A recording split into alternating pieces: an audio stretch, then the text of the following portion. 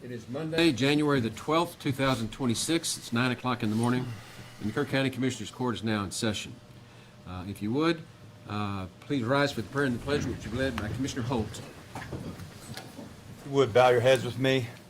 Dear Lord, we want to thank you for this, all the blessings you've given us in 2025, and as we resolve in 2026 to be better versions of yourself in your footsteps. We intend to follow and maybe have a little fun, work hard, and be safe. We want to pray for resilience after we were tested, if you will, in 2025, and give us strength in mind, body, spirit, and a social life. I want to pray for some rain, Lord. We definitely need it in our county. But we're also grateful, and I want to end on that note, for all the help that Texas has given us over this year and will continue to give us in 2026. And that's represented with some folks here today, not just TxDOT and TDM and others, but we pray for all those folks that came on their own dime and helped us out. And it's in your name we pray. Amen. Amen. I pledge allegiance to the flag of the United States of America and to the republic for which it stands, one nation, under God, indivisible, with liberty and justice for all. Honor the Texas flag. I pledge allegiance to thee, Texas, one state, under God, one and indivisible. Please be seated.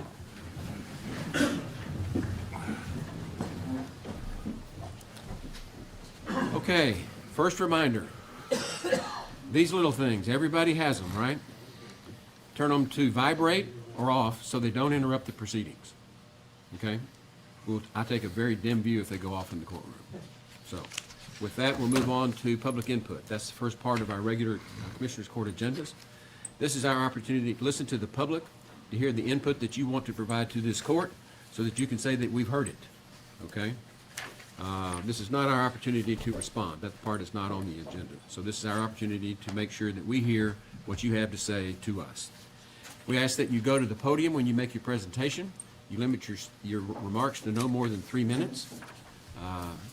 And with that, I guess the last thing I would point out is if you want to speak about a matter that is on the agenda, we ask that you wait until that agenda item is called, rather than taking up our time before we get to the agenda item, which basically takes it up twice. So that's why we save those things for the agenda items when they're called. So, any public input? This is your opportunity to raise your hand. Okay, there being none, we'll move on to commissioners' comments. And we're going to do something different today. We're going to start with Ford. Sure. He's got a lot under of the news. gun. All right. I just want to recap a little bit on the stock show, which was this last week, and the finale was the sale on Saturday. And you know, most of us announce one show or the other, and it's so refreshing to see these kids out there, sharp dressed, well mannered, working with the animals they've worked so long with, depending on the species and what have you, and the pride they take in the work that they do. And it's also refreshing that it's a wholesome family atmosphere. You see whole families out there working together for a common goal, and the kids, they're getting so much out of it. So it's very rewarding. And on that note, I want to talk about some other things. This week, that was our county show. This week, the grandstand show continues. And this week, on Wednesday, January 14th, will be the market swine show out here at the exhibit center. And then on Friday will be the breeding guild show at the event center. And then their sale will be held for the grandstand at Gillespie County Fairgrounds this coming Saturday. Okay, it rotates around. You know, the lamb and goats will show in Llano, and the steers, I believe, in Kendall, and so it rotates around, and the sale will be at Gillespie County.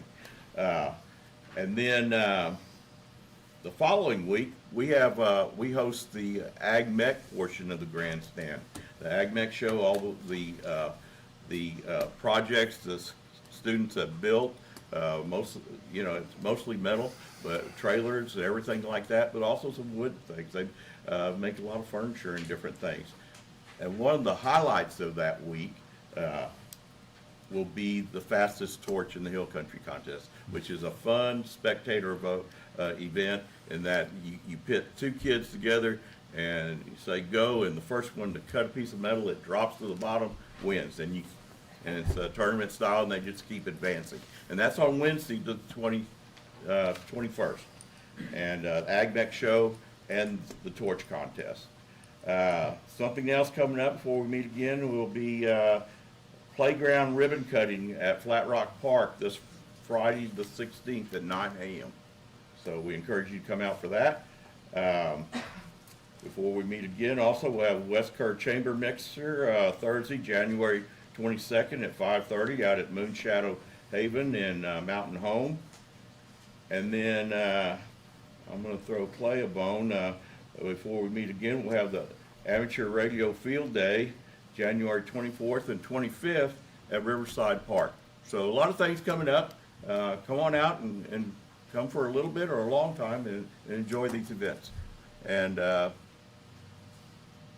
that's all I got. Long-winded for me, huh? Judge, Actually, well said. Yeah, that ribbon cutting is March 16th. Oh, is it? Yeah, I got it I wrong. didn't think the playground I- was installed yet. Yeah, okay. I was jotting that down. My mistake. My mistake. Shocking. I had too much on my plate here. Good. All right. All good. Yeah, echo your comments. It's neat to see the kids and they create something over time, whether it's an animal or a piece of metal, and it goes to compete. Not to say that my high school is going to win it all, but I think they're doing pretty well. Burn ban remains in effect, precinct 3. We're really looking for rain, don't have it yet. Had a little meeting with a lot of our rancher neighbors, and just to get some context on where we're at with issues that we have, fire marshal and things like that, but also burn ban. Some funerals, in between the last 2 weeks, and memorials, which we saw a lot of people at. Thank you all for coming there and celebrating the life of a couple great people that we will miss in 2026, and that's all I have. Thank you.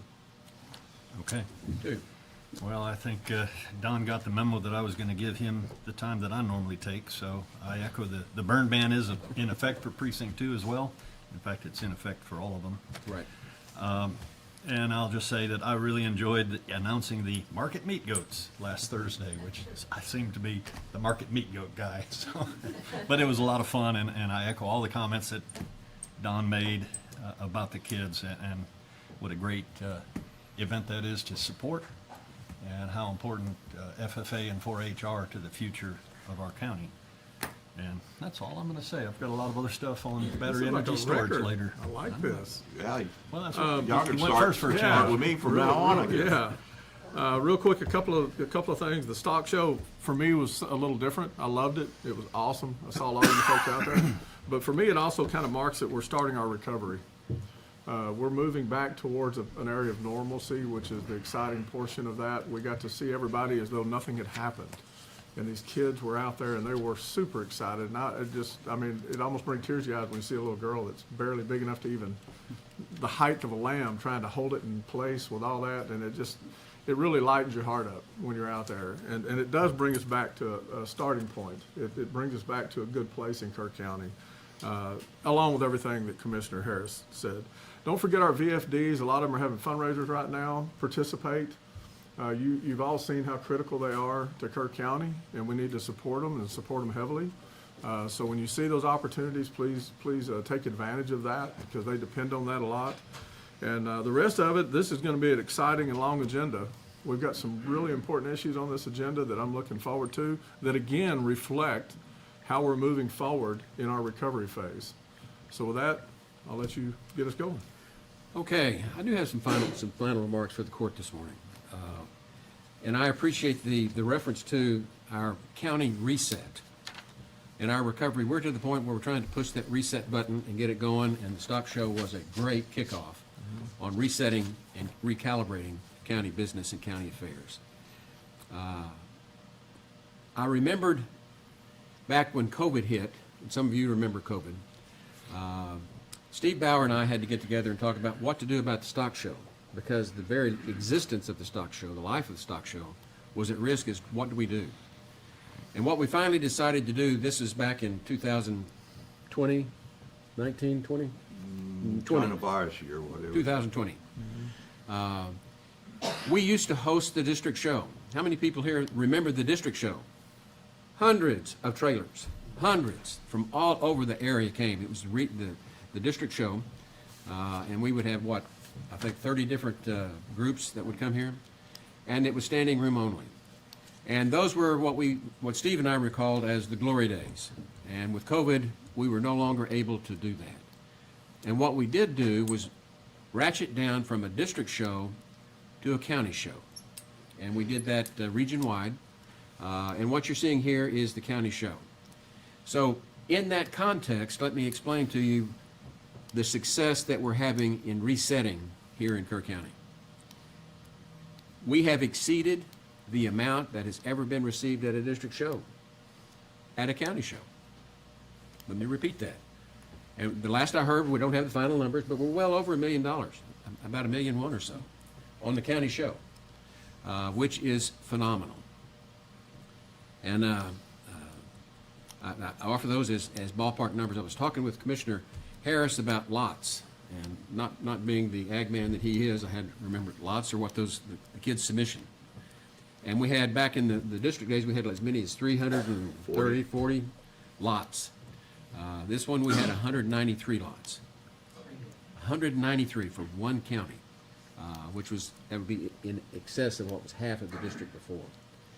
And that money that was donated at district level went to all those different programs. The great programs, the 4-H and FFA programs are great programs, region-wide, no complaint.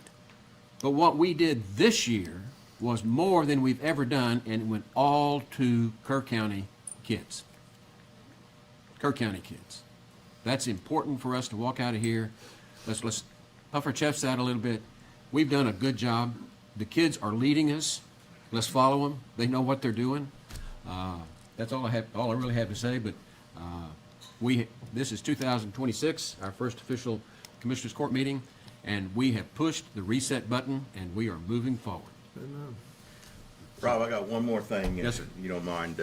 I want to say happy birthday to Allie Burton, who turned 102 yesterday. Yes. 102 years Absolutely. old. And what a fine man. So, thank you. Okay, with that, we'll move on to the consideration agenda. The first item is a timed item, and we do that on purpose, and that is to prioritize your time so that you don't spend more time here than you need to. Let me call the agenda item, which is 1.1. It's the Texas Department of Transportation presentation regarding the 2027 through 2030 Rural Transportation Improvement Program, or what we call the Rural TIP. The Rural TIP is upcoming transportation funded projects within the next 40 years in Kerr County. And we have Andres Gonzalez, who is the district engineer, and we also have Clayton Rips here with us, and welcome, and you may take the podium at this time.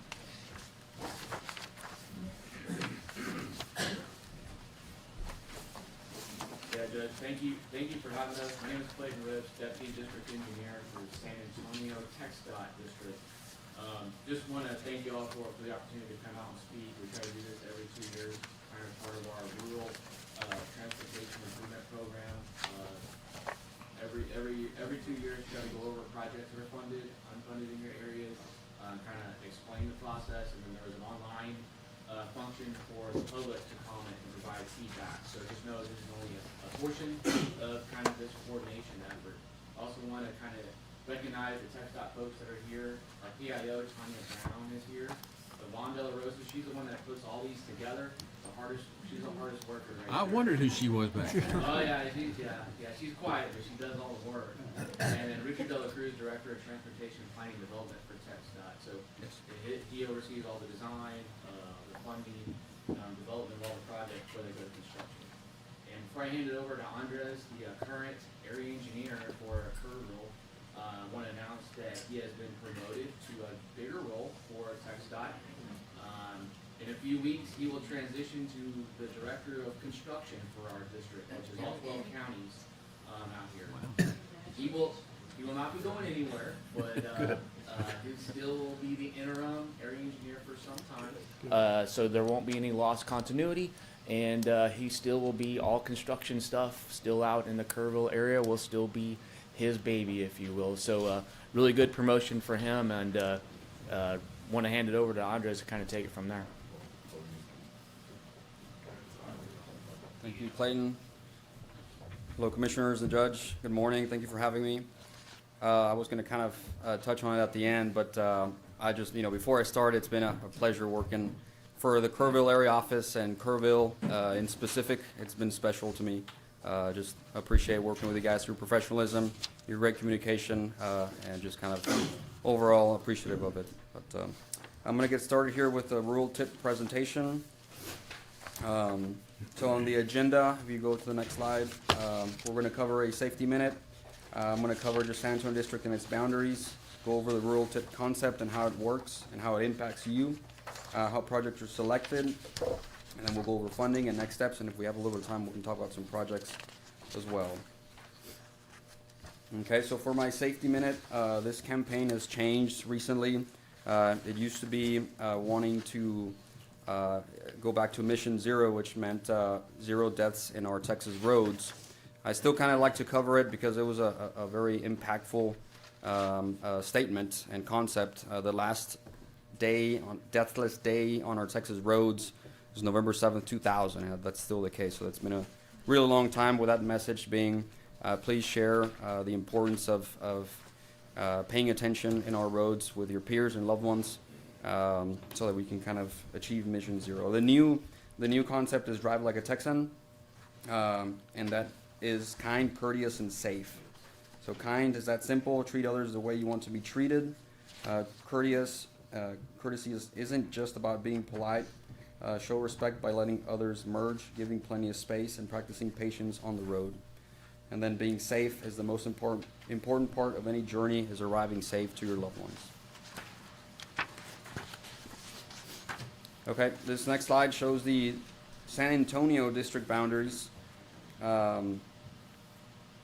All counties shown on the map within the dashed blue line. Not all of these counties are part of the rural tip.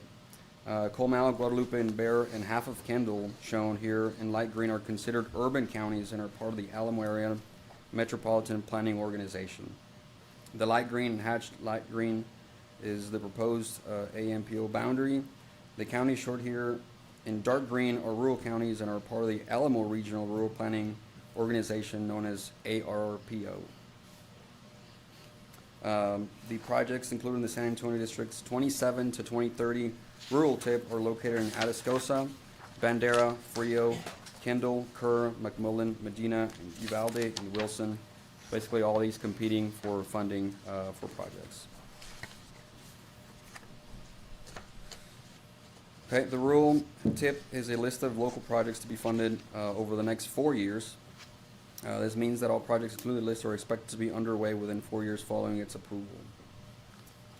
It's multimodal, which means it can include projects relating to highways, bicycle, pedestrian facilities, transit services, and freight projects, as well as the preliminary studies used to define those projects. Rural tip is meant to show regional agreement on the need and priority of a transportation project, so all parties involved can be sure they are making the best investment for the community. It is also expected to be consistent with the projects and objectives included in the regional long-range transportation plans to ensure that all agencies are working towards the same goal. The rural tip is part of the statewide transportation improvement program, which is the STIP. Because the program's rules are established by federal law, no project can receive federal funding unless it is included in the rural tip. Okay. So how the rural tip impacts you it is important for you to participate because funding secured by this process is intended to address your community's most immediate needs. By providing comments on the priority of these projects, you're helping us identify regional priorities. By reviewing the entire program in a single meeting, you are having a regional impact, helping us be more effective with your money, and ensuring that we are investing where we should.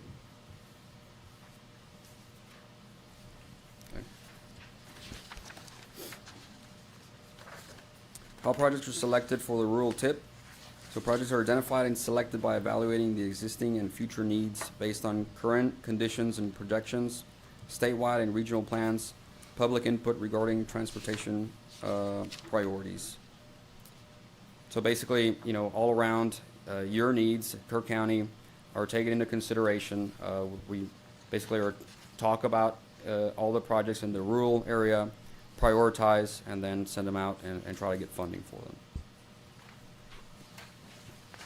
Going into funding, the funds come from different, entities. One is the federal government, 2 is the state, and 3 is local. So the federal government, it's via the Federal Highway and Transit Administration.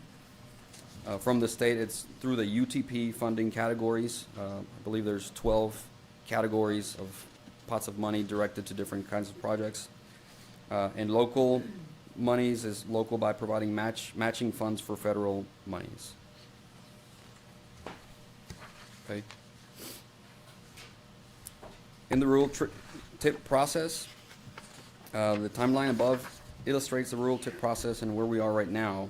Once comments have been collected and considered, the San Antonio District can provide a revised rural tip for approval and integration into the statewide document. The STIP, Statewide Improvement Program, is an accumulation of all 25 district rural tips and the 24 Metropolitan Planning Organization tips, and include all additional statewide programs, for example, Texas Parks and Wildlife Program, federal land, tribal projects, statewide transit, etc. The timeline above shows where the rural tip process is currently at right now.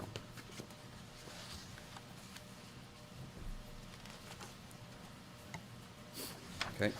We also have a website.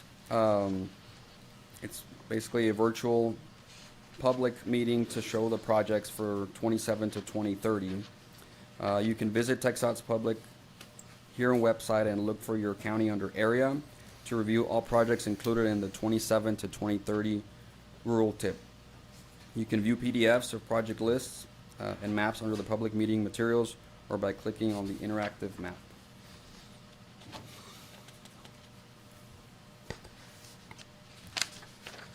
So how to provide comments? You can either mail a comment or email a comment to Yvonne De La Rosa or myself, and we will gather those comments and take those into consideration for the next round of rural tip. Comments must be postmarked, otherwise received by April 10th, 2026. Please make sure to send your comments before that date, so the sooner the better. Of course, me being the area engineer or the next person that takes on the role, works the same way. You have priorities, you have needs, please let me know or the next area engineer know, and it's kind of the same concept. This is a rural tip process, but throughout the year we're working on priorities, projects, anything that comes up. Okay. We've got some exhibits that we've shared. These exhibits show the projects that are currently programmed for 2030. Most of these are seal coat and preventive maintenance projects.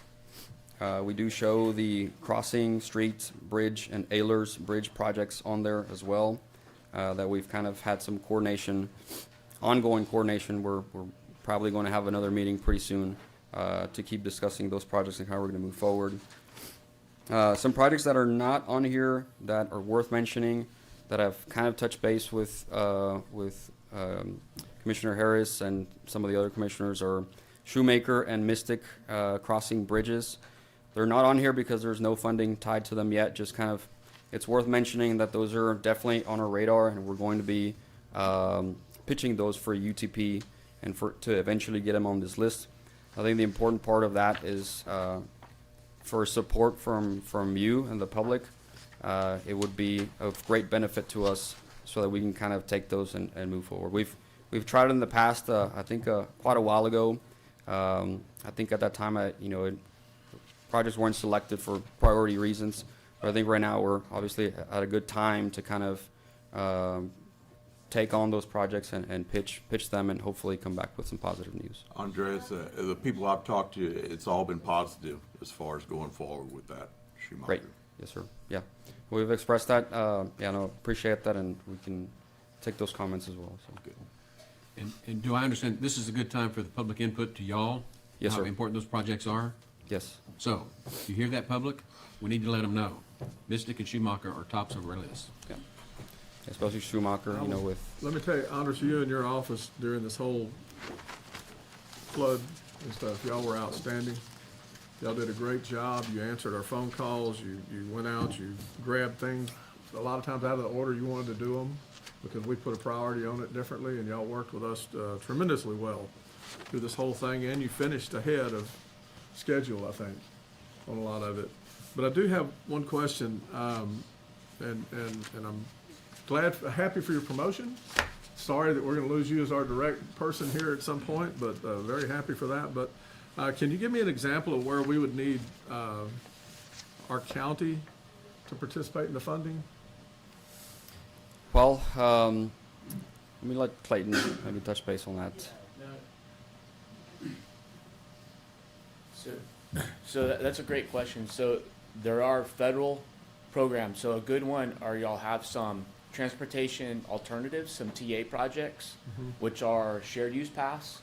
And those that have federal funds on them, there is a 20% match that's required from the local entity, if that makes sense. Yes. Off-system bridges, like Crossing and Ellers, through the years, right now, there's a window where there's not really a required match, but that window is probably gonna open up again, or close at some point, and there's gonna be a required 20% match. That's why some of these off-system bridges is key. While that window's closed, there's not a required match.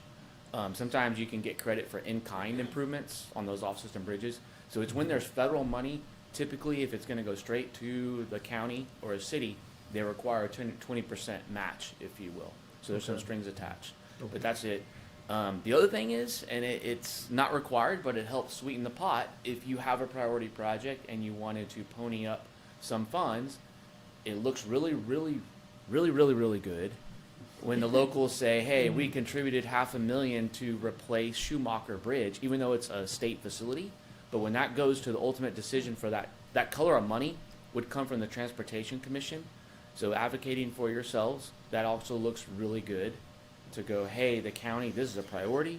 And talking to one of our Transportation commissioners or going up to one of the hearings, advocating for that project as an example, would bode very well for it to get That almost selected for sounds like a funding. bribe. Well, no. It's an incentive. An incentive. There you go. There you go. No, but that's an example of what some counties do, and I'll give you your neighbor county next door, Kendall County. They went between them and the city. I think they have $1 million they offered up to improve an intersection at 46 and Herf. If you've been over by Champion High School, there's a little bit of an issue there. So You think? that has helped leverage another $5 million of funds. But they're in the MPO. But that's kind of an example, Good. and that's a way to do it. Yeah, And that's it's what I not, need. it's not bribery. It's just No, enticement. I was just, It's incentive. And Clayton, I just want to point out that when it comes to Crossing Street Bridge and Ehlers Bridge, you mentioned in-kind services, and my understanding is the county fulfilled our obligation on both of those bridges a long time ago. So we're just waiting on TxDOT to actually, deliver the modifications to the bridge or new We're bridges, working on it. whatever. Unfortunately, as we've started our design, and then after there was a little bit of a rain event, that now we have to go resurvey because Understood. everything changed. right. But it did help us because we went out there at Ellers and we found a very good spot where we felt, hey, if we get the bridge above this, it will, where the water kind of set there for a couple weeks, that, hey, this is actually going to be a better benefit and we have a real good, real live water line to work from. And so I think that event, good that came out of it for that crossing, will help improve things. Okay. Well, and again, y'all been outstanding here in Kerr County. We appreciate the heck out of you. No, I appreciate it. The leadership Andres showed, during that time, I was up here all week with him, and it was an interesting endeavor for sure. But It was. no, I appreciate the support, and we'll commit to kind of the things we've worked on. And we thought the Schumacher and the Mystic, now is the time to strike to try to get those bridges replaced and upgraded. Okay. I want to acknowledge Brian Compton, that was a big part of our meetings and what have you in the early stages in July and August, and he did an outstanding job. So hats off to him. Thank you, and that basically about wraps it up. I appreciate your comments, Mr. Harris and Commissioner Jones. You know, the team here in Kerrville, local guys, are really great to work with, so really won't take a lot of credit. It's a lot of hard work by those guys. So, any other questions for us? Thank you. This presentation's on your website. I mean, you mentioned people submitting the requests for whatever end, so is that the best way for the public to get it, or? Yes, sir. Yeah. I'd love to share an email with them, all my constituents, and. Yeah, I think let on the them know. packet we shared there's a flyer, yeah. You've got already my list for precinct 2, but Yes, sir. I'll remind you. Will do. Okay. Okay. Thank you. Thank you. Thank you very much. Thanks for coming in. Okay, next item on the agenda is 1.2, consider discuss and take appropriate action to approve entering into an interlocal agreement with the Upper Guadalupe River Authority for implementation of outdoor flood warning system and possible future watershed protection measures. Former Commissioner Letts and Kerr Bushnell.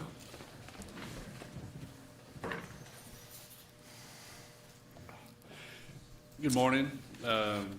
This is a really an important day for both, I think, for the whole county. Some of the next 4 items on the agenda. And I'm going to give a little bit of an overview, kind of how we got here, and then Tara is going to go through each specific item, as you call that agenda item.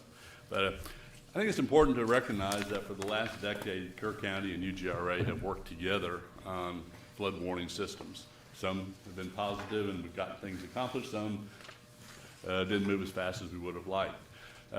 But we've been working together, and it's a great relationship, and I think that relationship will continue into the future. In 2004, UGRA started to upgrade or created a dashboard that, what did I say? Oh, 2024. I kind of got my attention too. Thank you, Kerr. Created a dashboard that unfortunately was not ready at the time of the flood in July. I think it would have been a big help if it would have been, but it is completed now, and it's a big step in the right direction.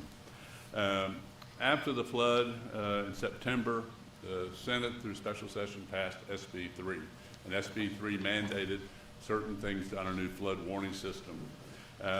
Those funds were then designated to the Texas Water Development Board sometime in October, and after that, things started moving slow.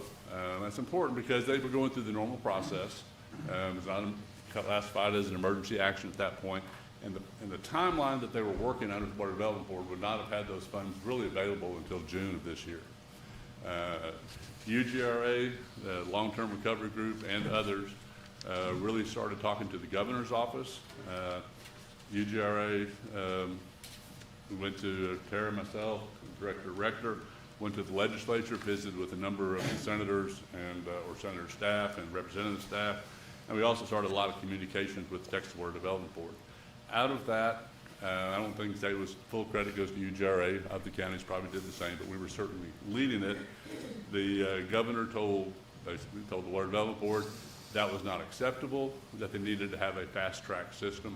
And then in December 16th, they came up with a new system that allocated $1 million automatically to each of the 30 counties, or up to $1 million each of the 30 counties that were designated as disasters by the governor in July. And then there's an additional $250,000 that could come out, that could be upgraded by Executive Administrator's Authority. So that's kind of where we are. We've been working on that fund. Those funds will go to the county. That's the only way they will flow. So the first item will be an interlocal agreement to kind of coordinate the relationship between Kerr County and UGRA. And then there's some other additional agenda items after that. But this is it's an important first step today to really get this thing going. UGRA has or is about to put out an RFQ for an engineer to oversee these projects. That'll be date coming back towards the end of the month, and then we'll immediately hire that individual, and that person will work on the RFPs for the system.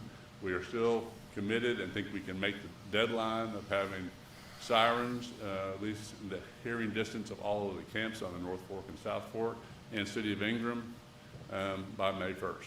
And that's our goal. There will be additional steps down the road, additional funding requests. Some will come through the county, some may come directly by UGRA, but a lot is going on right now. It's going to take that initial $1.25 million that we anticipate getting. Well, we have a grant for that amount on your agenda, a few items. We'll certainly get us started. It'll be a big first step. It's not the total system. It's going to take some time to get there, and the engineer we're hiring will help us get through the final steps that we need to do. So with that overview, I'll turn it over to Tara to go over each of the items. And if you have any other questions, I'll be here. Ms. Bushnell. Good morning, Judge, Commissioners. Tara Bushnell, Upper Guadalupe River Authority. Thank you very much for that overview. And I just want to also say thank you to Ms. Stebbins and her team, as well as Tanya and Jody and Noel, have all really put in a lot of work to be able to move this forward as quickly as possible, in addition to efforts by Commissioner Jones and of our board as well. So the primary purpose of the ILA, which is this first item 1.2, is to develop that mechanism for UGRA to receive the Water Development Board funds that are going to be granted to Kerr County for the development of the flood warning system to help us keep moving forward as quickly as possible. And this first amount is really focused on that siren system being developed, that grant program for sirens and siren components for that Water Development Board has announced. As Jonathan Lutz mentioned, this really continues our partnership between UGRA and Kerr County to make significant advance on the flood warning system for our community. UGRA board is going to consider this interlocal agreement at a special meeting this Friday, the 16th at 3 p.m. We'll have that agenda posted today. And then there will be additional agreements in the future that define operation and maintenance, and that brings in our cities as well into this system. I'll make a motion that we approve entering into an interlocal agreement with UGRA. Well, I'd like to finish. She wasn't done? No, No, that she was wasn't done. that was I thought actually she the end. was done. That was Is it the end. time? Yes. Yeah. It's time for the vote? Well done. So can I finish? Yeah. Okay. So, again, I make a motion that we approve entering into an interlocal agreement with the Upper Guadalupe River Authority for the implementation of outdoor flood warning system and possible future watershed protection measures. Second. Got a motion and a second to approve the ILA with UGRA as presented. Any other discussion? Just one note. I took a tour of our eastern portion sirens. Just wanted to update you. That'd be great. My concern is how well they're federated within our system. I shared that with y'all previously. They do intend to put a siren in our county, a sensor in our county on Gaddis Bluff, Cypress Creek. Of course, their concern is when Cypress Creek floods, same time Guadalupe floods, it provides significant issue for that town east of us in Kendall County. But Right. it does impact us when they want to put a sensor on our area. 3 sensors now. These are just flood sensors, not the rain gauges, but flood sensors on Cypress Creek, 2 on Cypress, 1 on the Guadalupe. They have 2 sirens currently, and they're putting up a 3rd siren. In Kendall County. Yeah, yes. Their 3rd siren, which they already have, which is interesting. How'd they get the gauges? How'd they get the sirens already? Donations. They have a long history since 1978 of having sirens and a few flood gauges. That's great. And they know who to go to, and they had a vendor already. So they're a little ahead of us, which, I mean, I'm grateful and I appreciate that, but we have to do a little coordination to get that sensor installed on county property on Cypress Creek on Gaddis Bluff, just to make sure you're tracking that. Very Because good. I had That a is not meeting. part of this ILA, right? No. That's correct. Okay, but thanks for the information. Yep, I just wanted to get it out, because Okay. Federation is my concern. I'll touch base We've with got- you later about a good contact to, Yeah, I need to pass that all along, and Yes, Road and please. Bridge too. We've got needs in the west and needs in the east. Mm-hmm. Okay. So any other discussion about the proposed ILA with UGRA regarding the sirens on the west part of the Guadalupe River? There being none other, those in favor, raise your hand. Unanimous, 5-0. Thank Ms. you. Bushnell. Moving on. Oh, I'm sorry. Former Commissioner Moser. I said that to myself 3 times, I forgot. I just wanted to expand a bit on what former Commissioner Letts was talking about in the funding. But since last August, we've made the county, the UGRA, and the county have made a lot of progress in doing 2 things: in establishing the concept for the flood warning system and establishing the requirements for the flood warning system. So they're there. This interlocal agreement is the next step in the design and development of a platinum flood warning system for all of Kerr County. I think it will be a fantastic system once it's implemented, and I think what the court has just done is approving that interlocal agreement with UGRA is the next right step in accomplishing that. So thank you.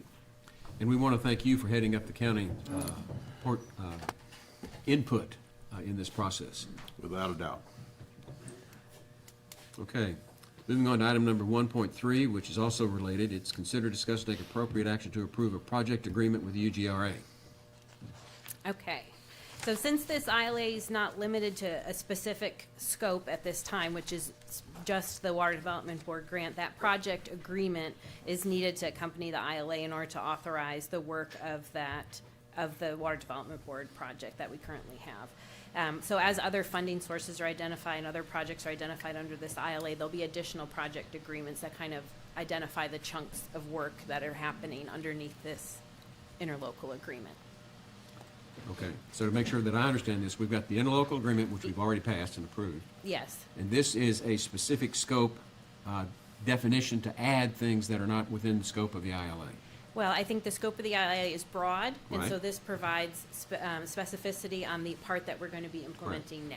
So Correct. coordinate and develop, the project agreement states to coordinate and development the implementation of the Guadalupe River flood warning system Yep. to meet the requirements identified by the Water Development Board's outdoor warning sirens grant agreement. That is the next item for your consideration on the agenda.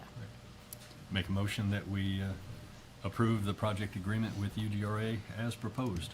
Second. Got a motion and a second. Any discussion? Those in favor, raise your hand. Unanimous.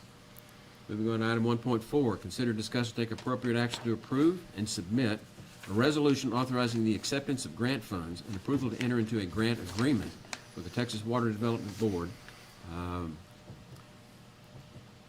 Ms. Bushnell, you're going to handle this one? Yes, sir. Okay. So this is the resolution needed by the Water Development Board for Kerr County to accept the funds and to authorize the judge to sign the grant agreement, which is a part of that. I think it's an attachment to that resolution. So in order to receive those initial funds, a project plan, not the project agreement we talked about in the last item, but a project plan must be prepared and submitted. And our intention is for the grant administrator, which mentioned in the next item, to lead the preparation of that document. So the Water Development Board has developed a template that they just released at the end of last week, and they're also hosting a webinar on Thursday to give us more definition about what is going to be involved in those project plans. So this is the first step for the county to agree to accept the funds, enter into that grant agreement with Water Development Board, and then the funds will be released based on the documentation that's in these project plans that are to come. Okay. Okay, I'll move to approve that we, that the Commissioners Court approve the resolution that's been submitted authorizing the acceptance of grant funds. Second. Got a motion and a second? Heather. Any- Go ahead. Did you get an opportunity to review all of this? Yes, sir, I did. Okay. Yeah, we've had quite a few meetings, right? Yes. And those are things that we were trying to make sure we had the language right in, and the last thing was putting you under the gun with a short time window to review. And- I've been able to work with Yes. Tara and Jonathan, and this is one, like Tara just said, was created and submitted last week. Yes. Right. So the language is something we can't change anyway, but I Okay. have had a chance to review. Okay. Have we- These have we last just- two are the easy ones. Have we discussed size of grant funds? I mean, I appreciate the immediate $1 million that they're trying to 1.25. push out, 0.25. 2.5. It's 1 million and then an additional 250. 250,000. Okay. And then Thank you. after that, additional funds need to go back to the Water Development Board themselves to approve. But the executive administrator has been authorized to Yep. do that much with each of the county in the 30 counties in the disaster And that's declaration. the expedited Yes. grant. And Commissioner Moser had said before when we asked him, we're looking at total project costs around 5 million, probably. And I've talked to Senator Flores, and he assures me that they're gonna be pushing, and he's already opened the door to start getting additional funding in here as needed. That's what I want. Thank you. Yeah, But it's critical to get the yes. funds. Gotta get it Seed- started. The seed money to get it Right, started. gotta get it started. Okay. Any other discussion on item 1.4? No, just thank y'all for all the hard work y'all have done getting all this together. Well, thank you. It's been a team effort. Okay. All those in favor, raise your hand. Unanimous. Moving on to item 1.5. Consider, discuss, and take appropriate action to ratify and approve the UGRA's request for proposals and for grant program management services and for the outdoor flood warning system and possible future watershed protection measures issued December 5 and December 11 of 2025, as amended by December 26, 2025. Yes. Ms. Bushnell. So UGRA originally released the Grant Management Services RFP before Water Development Board announced this expedited format for the grant funds to be delivered to the counties, but I still feel like the services of this grant management firm is going to be very helpful to all of us in the process. And also, and it was released on behalf of Kerr County and UGRA so that we could both take advantage of those because at the time we weren't quite sure exactly how Water Development Board was going to administer those funds.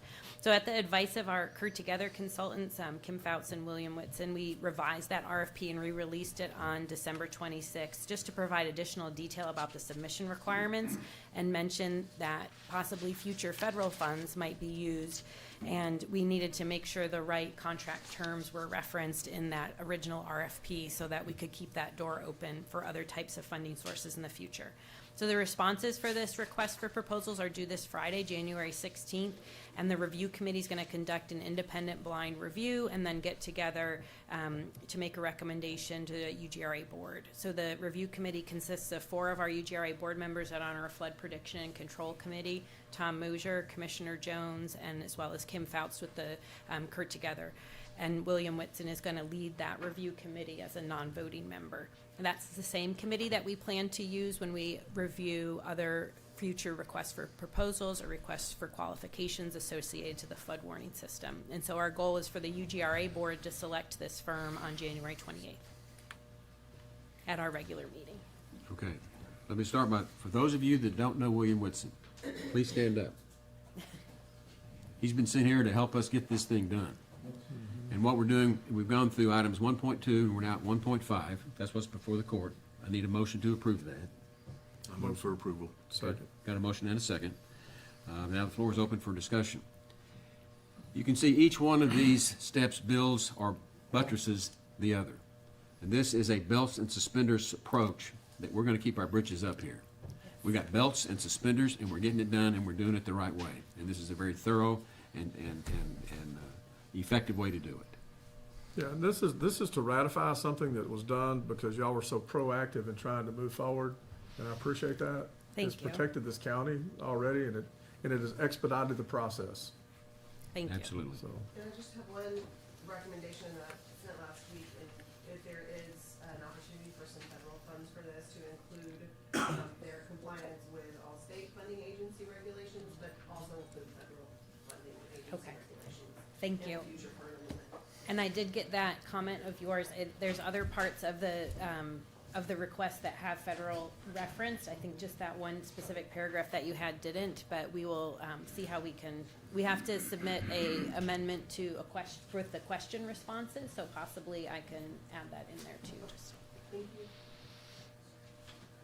Okay. Those in favor, raise your hand. Unanimous. Okay. The next, Thank you. thank you. Thank you all for coming. And thank you for what you're doing. Yes. Yes? I'm gonna let everybody kind of trickle out. Mr. Woodson, you want to go to the podium? Yes, sir. Thank you. Escape while you can. Just- Related to the text dot item. Okay, we're kind of getting the commotion out.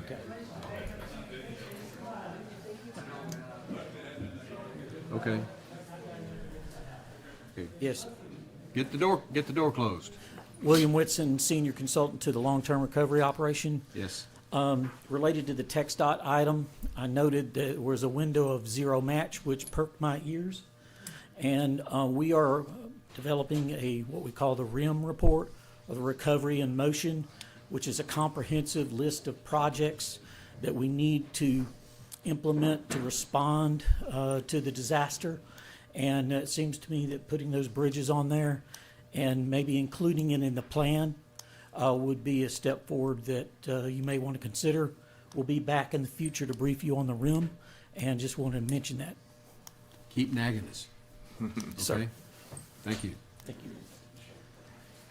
Okay, next item on the agenda is item 1.6, consider, discuss, take appropriate action to approve request from the Kerr County Joint Airport Board to obligate debt to pay for the tractor and shredder for use at the Kerr County Airport.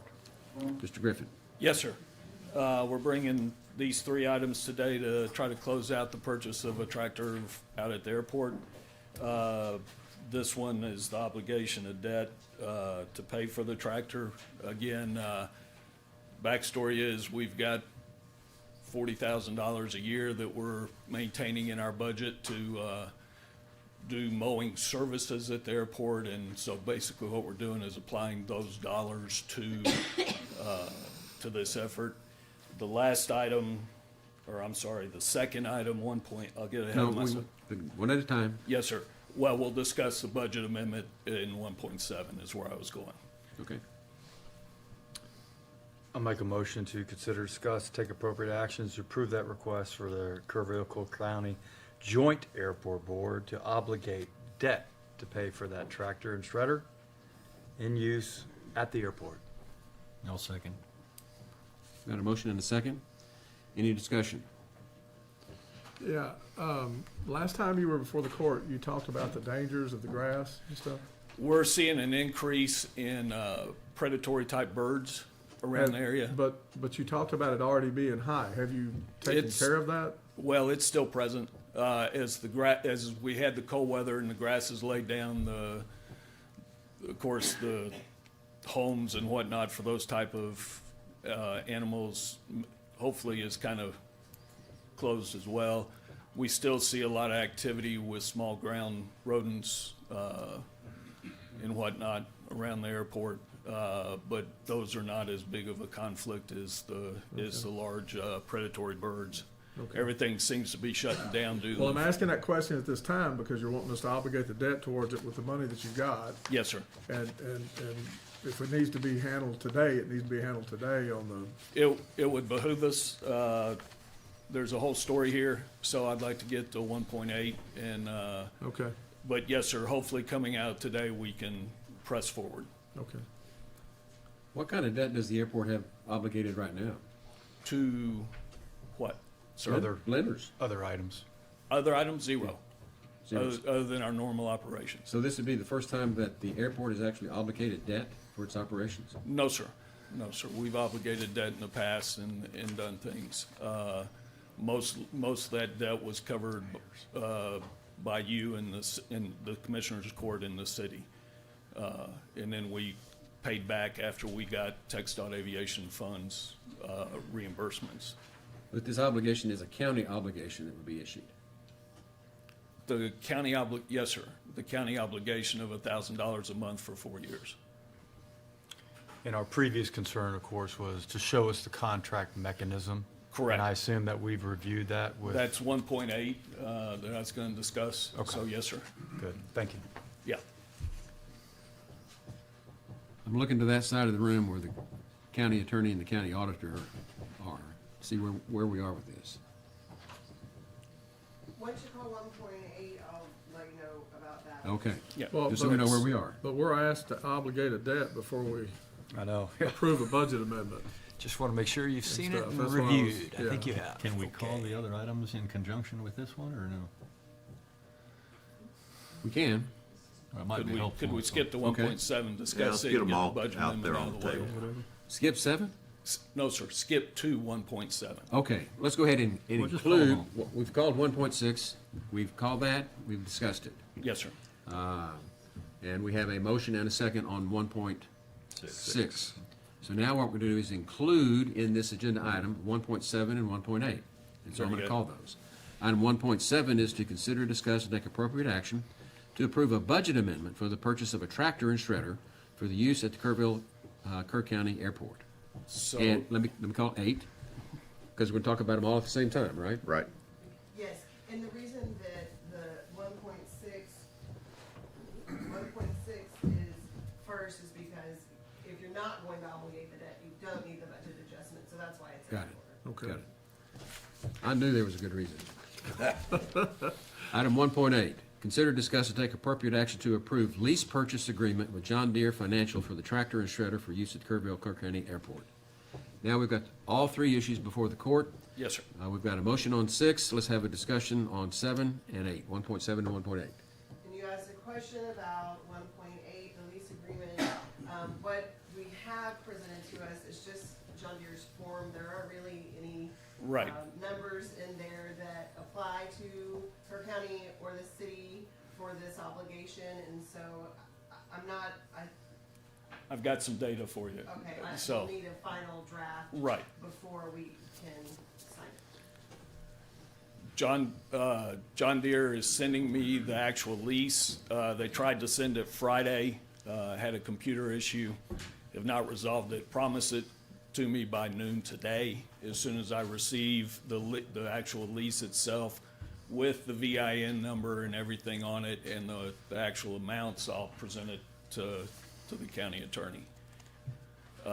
So that item is still open. I was pushing as hard as I could to try to get it in front of you guys today, but due to a computer glitch at John Deere, that data did not get sent. Well, let me turn to the county attorney.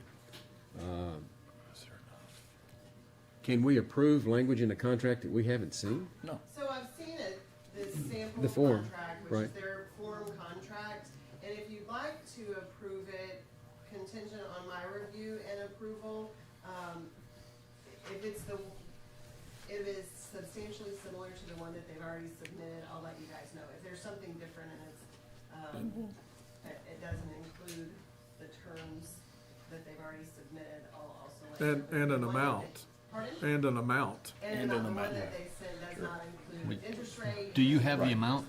Can you give it to us right now? The amount, no, well, I have a preliminary amount. Or tell us what that is. The preliminary amount is,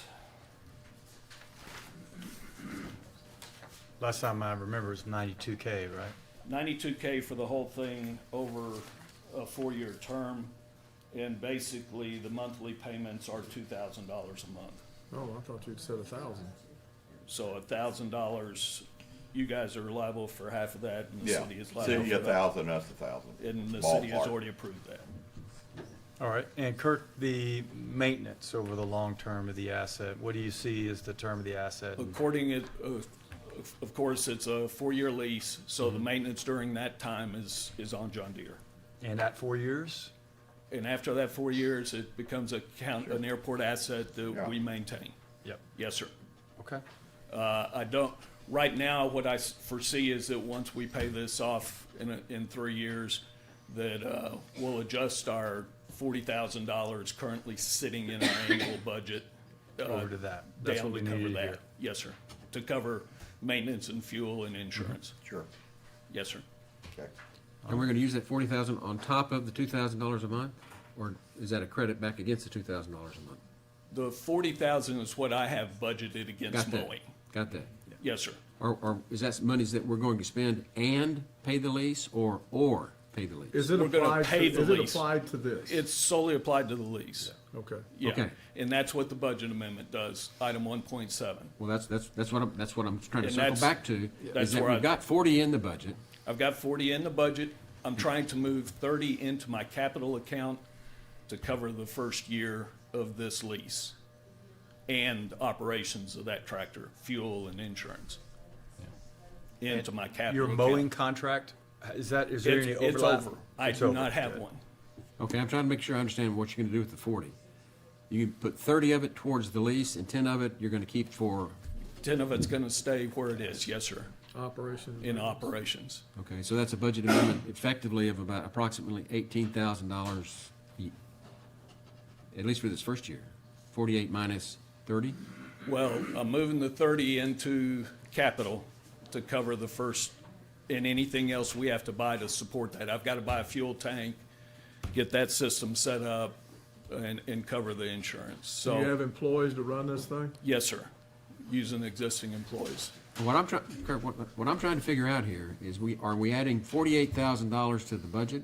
No, Or sir. are we crediting some of the 40 that we've got in the budget Yes, towards sir. this? And I'm trying to find, is that 30 that you're gonna credit towards this lease? Yes, sir, And then the other 10 is for other expenses? yes, sir. Okay, and that's what we anticipate in future years on the lease? I hope it comes down. Okay, If I get toward the end of the year, I'll be in front of you again to take that budget amendment and take the balance of that line and pay it against the principal. okay. Now, Yes, sir. With that said, I'm turning back to the table with the county attorney and the county auditor. Once we adopt a budget, and we adopted the FY 25-26 budget back in August and September. August. Yes, sir. Under what conditions can we amend the prior budget, the existing fiscal year budget? What is the, can we just amend It's it? an emergency if it's not already a budgeted item. Or a transfer. Okay. And so, well, we can do this legally is all I'm getting at. They're showing it as a line item transfer. What does that mean? It means they're moving money Moving it. out of the land maintenance mowing contract into the right to use a leased asset. Technically, you don't buy the asset, you're buying the right to use the asset. So it's okay. Okay, so that's what I'm trying to understand. Absolutely. Okay. So with that, the court has already approved item 1.6. No, we haven't voted yet. We didn't vote? But we have covered. Okay. motion And we have and a motions on 1, 6, Yes, sir, we 7, and do. 8. So we have motions on all three. We have motions on 6 Just only, on 6. 6. and I can make some motions if you'd like on 7 and 8. Let's take Well, care of how do you want to 1.6. handle One at a time. it? Okay. Yeah. So let's go back to 1.6. We have a motion and a second to consider, discuss, and take appropriate action to approve the request from the Kerr County Joint Airport Board to obligate debt to pay for tractor and shredder use at the Kerrville County Airport. Yes, sir. Motion and second. Any discussion? Any further discussion? There being none, those in favor, raise your hand. Okay, unanimous. Item 1.7, consider, discuss, and take appropriate action to approve budget amendment for the purchase of a tractor and shredder for use at the Kerr County Airport. I move for approval. Is that a motion and a second? Any other discussion? Those in favor, raise your hand. Unanimous. 1.8, consider, discuss, and take appropriate action to approve the lease purchase agreement with John Deere Financial for the tractor and shredder for use at the Kerr County Airport. Can, And this probably needs to be a conditional. yes. Yes. Okay. Do we need to put not to exceed? Well, Probably yes, you can. That 92? Two. well, if we're gonna put a number in there, we've gotta have the right number. Well, you're saying $1,000 a month to the county, right? Yes, sir. Wow. That's, the monies that we're moving covers the lease for 12 months. More than covers the amount of the lease for 12 Okay, months. so if we do this not to exceed $1,000 a month on our side and it exceeds that, are you gonna cover it? Yes, sir. Good enough for me. We're not. Whoa. Commissioner, we're not paying this, this is out of the airport's funds. Yes. How Yeah. it will be paid. So it comes out of mine. Yeah. We're struggling with the Right. language for the not to exceed. I understand where we're Right. going here. But what we're talking about here is a conditional approval of the John Deere contract on the basis of the information that has been presented at this time, right? Yes, sir. And you have a copy of that? I do. That's the county attorney. So is the court. And so does our county auditor. We have a copy of all that. And so we know what that's gonna look like. And so this motion to approve is conditioned upon it not exceeding what we've already got in writing. Correct. And the contract.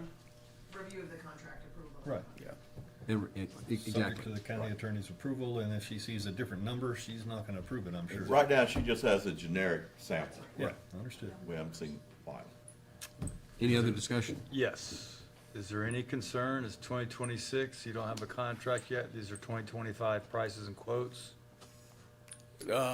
So far, Yeah, how they get? Yes, sir. So far, every 30 days, I've had to update this to keep the numbers from John Deere accurate since last August. And it went up in September, and the numbers stayed exactly the same, October, November, December. The numbers that the offices here in the building have are good through the 15th of this month. There we go, thank you. Yes, sir. That's what we wanted to know. Yes, sir. Okay, So with that, so any we'll other make a discussion? motion to approve the lease. No, no, We ain't got a We motion, didn't- No, second. we don't have a motion yet. Okay, go ahead. No. This one. You gonna To do it? approve a lease agreement with John Deere Financial for tractor shredder for use at Kerrville, Kerr County Airport, not to, condition on approval of Kerr County Attorney, reviewing the contract not to exceed the amounts discussed in court. Second. Got a motion and a second for conditional approval of the John Deere contract as presented. Any other discussion? Those in favor, raise your hand. Unanimous? I want to thank everybody in this room that helped. It's been an arduous learning process, but I think we made it, so that's good. I want to thank everybody. Okay, with that, we're gonna take about a 10-minute break. We'll come back at 10:15.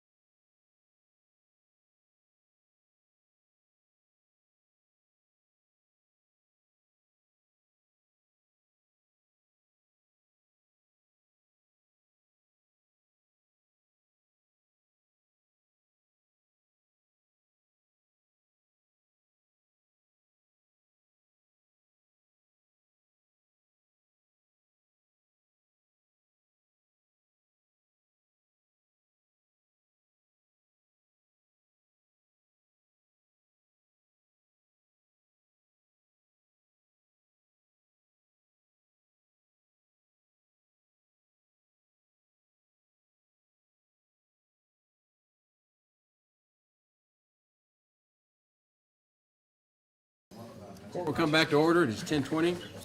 The next item on the agenda is item 1.9. Consider, discuss, and take appropriate action for the Commissioners Court to approve the county judge to sign 2 letters to be sent to the Air Section Manager with TCEQ, San Antonio Regional Office, requesting approval for burn site locations at Ingram Yard and the Pipe Yard to burn brush in accordance with TCEQ requirements. Ms. Hoffer. Yes, annually, we ask the judge to sign 2 letters requesting authorization to burn brush at TCEQ pre-approved sites. These allow Road and Bridge to dispose of brush that cannot be chipped as required by the Texas Administrative Code. The locations are the Ingram Yard at 3672 Highway 27 in Ingram, Texas, 78025, and the Pipe Yard at 150 Spur 100, Kerrville, Texas, 78028.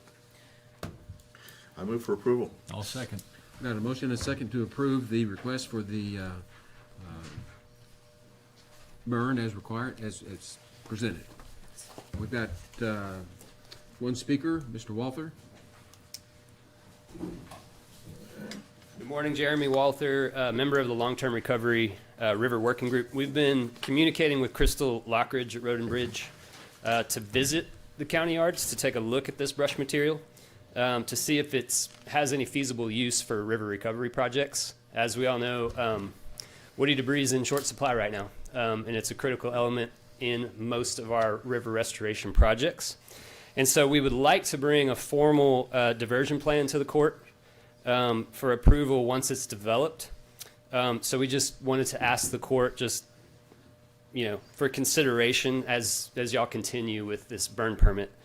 We don't want to hold up any routine operations. Just wanted to give notice that there's a plan coming that could potentially divert at least some of this material for other use other than burning. Thank you. Thank you. We don't have a motion yet, but we're still listening.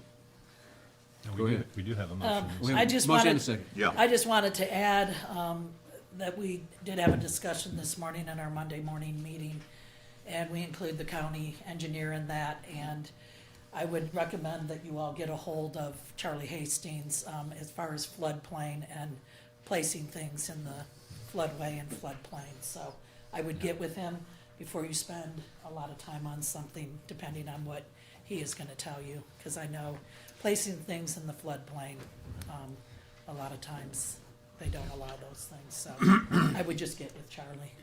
Kelly, can you just give us a little update? I mean, how much stuff is sitting there ready to burn? I really honestly cannot tell you how much is out there. I have not had a chance to go drive out there. I mean, really have basically, not. this is just routine. Yeah. From whenever you're Yeah, clearing we right really away, try to you chip bring it all up and out store on it. site with the wood chipper, the Vermeer. But sometimes that's not possible at locations that we're at. Right. And so it gets stacked up and then we will burn it. But we usually just try to chip it all up because it takes less space when you chip it. Okay. And then burn it, right? No, we do not. We No do burn? not Just leave burn, no. We have people in a lot of locations that sign up to, if we're working in that area, to be able to dump some of those chips on their property. It has to go through the floodplain administrator's office to make sure that there's no floodplain there where you're putting And that's things. the county engineer. Sure. Yes. All right, so how long of a delay is it between us approving this and y'all actually burning? No, they're not burning, they're in the chip. Chipping, or whatever. I got that clarified. Right, well, if we're gonna burn it, it's just when we have an available day, when the weather is right and we're able to, they've lifted the burn ban. If they have things at locations that they will burn at that point in time, but this is just an annual thing that we have to do. Well, I'm trying to give Jeremy and his crew a window of opportunity to see how long they've got to work with Charlie and figure out what they need to do.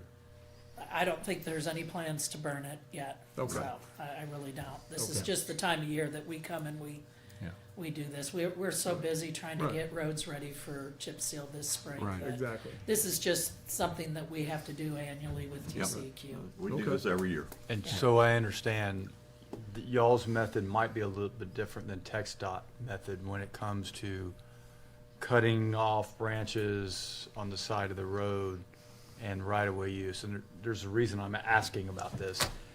This burn brush, if you will, is this stuff from the site like where those mesquite trees are in that low area in between? Or is this stuff that's all brought in because you're cutting down roads and you Yeah. pilot one area? If we get an area that it's too difficult for us to try to chip it, Yeah. in that location, then they'll load the brush You're into a dump consolidating. truck and we bring it and we dump Okay. it. And, once they finally get a pile that they kind of go, okay, we probably don't want to add any more to it. Yeah. And the burn ban has been lifted. If we have a rainy day and that they can burn and we get approval from TCEQ to be able to burn, then they will go and they will burn it. But there really isn't it's not a set time, and our preference really is to chip it. Yep. Not do that, because trying to haul back Yep.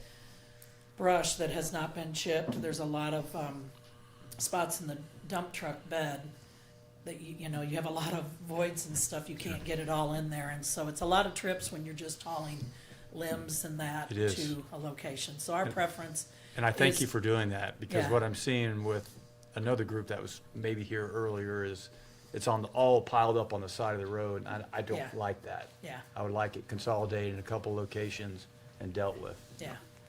Thank you. Yep. All right. Just so that I'm clear, your request is a road and bridge specific project. To move A road and bridge what? specific project. Yeah. Routine that you do every year. You do Yes, whenever this happens. absolutely. Got it. Okay.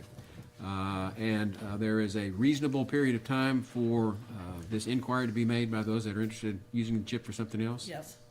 And that ultimately is decided by the floodplain manager, which is our county engineer. Yes. So it's really a two-step process. Yes. And your step is just to keep doing your job like Exactly. usual. Yes. Got it. Okay. We're all on the same Way page. more here. complicated than it needed to be, but. Okay. With that, all those in favor, raise your hand. Unanimous. Thank you, Kelly. Thank you. Jeremy, be diligent, follow up. Okay, thank you. Okay, the next couple of items, several items on the agenda. 1.10 is consider, discuss, and take appropriate action to approve the interlocal agreement between Kerr County and Llano County for the jail services for the county sheriff and for the county judge to sign same. Sheriff. Yeah, I'm just looking for the court's approval on this interlocal agreement, so that way Llano County can use our jail services. The change in this is going from the $65 rate to $100 rate, and just looking for y'all's approval. I move for approval. Second. We've got a motion and a second to approve the interlocal agreement with Llano County as presented. Any discussion? Those in favor, raise your hand. Unanimous. Moving on to item 1.11, consider, discuss, and take appropriate action to approve a $50 donation from a citizen for the Sheriff's Equipment Fund, 72-370-530. Sheriff. Yeah, just looking for y'all's approval so I can accept that and put in the donation fund. I move for approval. Second. Got a motion and a second? You don't think anybody would ever disapprove that, do you, Sheriff? Thank you. Those in favor, raise your hand. Unanimous. Item 1.12, consider, discuss, and take appropriate action to approve a $100 donation from a citizen for the Sheriff's Donation Fund, 72-370-531. Sheriff. Same thing, looking for y'all's approval to be able to accept the $100 and put in the donation fund. I move for approval. Second. Got a motion and a second. Those in favor, raise your hand. Unanimous. Thank you. Thank you, Sheriff. Okay, now we're getting into some VFD and ESD specifics. Let's go to item 1.13, which is to consider, discuss, and take appropriate action to reappoint James Wood to the Emergency Services District Number 1. Commissioner Harris. Yes, sir. Judge, the next three I know. agenda items are kind of just some house cleaning that we do as these things come about. And so we do want to reappoint James Wood to the Emergency District Services District Number 1. So I move for approval. One second. Got a motion and a second to approve reappointing James Wood to the ESD Number 1 as presented. Any discussion? Those in favor, raise your hand. Unanimous. Item 1.14, consider, discuss, and take appropriate action to reappoint Kathy Becker and Jack Clark to Emergency Services District Number 2. Commissioner Harris, same thing? Same thing. I move for approval. Second. Got a motion and a second. Any discussion? Those in favor, raise your hand. Unanimous. Item 1.15, consider, discuss, and take appropriate action to reappoint Jeff Ganaway, Doug Hill, Molly Adams, Tim Huckton, and Noel Putnam, who's in our courtroom here, to the Emergency Services District Number 4. Commissioner Harris. Yes, sir. The same thing here. There's so many names here because we got off a couple months and now we're getting it straight. So I move for approval. Whatever it takes to true it up. That's right. Okay. Second. Got a motion and a second. Any discussion? Those in Yeah, favor? all these people, the public needs to know, these people volunteer a lot of time to Oh, do yes. this. And it is greatly appreciated, because it's a pretty good burden. It is a thankless job, and we're very appreciative of these people to step up and do this for us. Are y'all trying to run Noel off? Nope. You're all looking at her. I was wondering why we didn't do them individually. It's very enjoyable, I like it. Well, we appreciate it. Okay, so with that, no other discussion. Those in favor, raise your hand. Unanimous. Item 1.16, consider, discuss, and take, discuss update on matters related to the Hill Country Energy Sub-Regional Planning Commission. Commissioner Paces. Yeah. The main thing that at least I've been working on here lately is coordinating with TCEQ. You know, we have raised a number of concerns about cybersecurity and battery energy storage systems. We've got the Chapter 117 of the Business and Commerce Code of Texas, which, you know, prohibits doing business with China, Russia, North Korea, and Iran. And it was modified in the last legislative session to include the not using components. And of course, 90% of the batteries that go into battery energy storage systems are sourced from China. And I'm sure that most of the circuit boards and control systems have components that are made in China. And we have the governor's executive orders GA-48, GA-49. It kind of looks like TDM is going to be responsible, that related to cybersecurity, those two. TDM is going to be the responsible agency for enforcement. And so we're just trying to see who's doing what. What exactly are they going to do? And how will that impact the battery energy storage systems that are being proposed across the Tri-County area? So it's been encouraging so far, the conversations that I've had with several different members of TCEQ, and they are working hard to try to get other state agencies to attend our upcoming meeting, which is January 20th at 2 p.m. And it is, this will be the first one in Gillespie County, but if TCEQ pulls this off and gets all these agencies to attend, which I'm still waiting to get confirmation on. Commissioner Paces, you said TCEQ? Did you mean I meant TDM. Thank you. I'm so I mean, sorry. maybe TCEQ is They stepping are up on the and list to come. coordinating. Yes. But yeah, and we have had one meeting think with them. TDM is but you're 100% right. has the lariat Everything I right said, now, if I right? said TCEQ, Yes, sir. It should have been TDM, Texas Division of Emergency Management. So, and we know TDM well for everything they did with flood response for us. So, Still do. You're in good hands with TDM. Yes, yes, sir. And they seem to be really putting some serious effort into at least getting people together to have some dialogue and talk through some of these issues, which is exactly what we've been trying to do for the last 1 year. So anyway, as I was saying, the next board meeting for the Hill Country Energy Sub-Regional Planning Commission is scheduled for 2 p.m. on the 20th, that's a Tuesday, 20th of January, and it will be held at the Gillespie County AgriLife Extension Building. Their address is 38 Business Court, Texas, in Fredericksburg. So we'll see. I have Just clarification. yeah. You go out the highway to Llano, which is 16, and it's out just past the Methodist Church.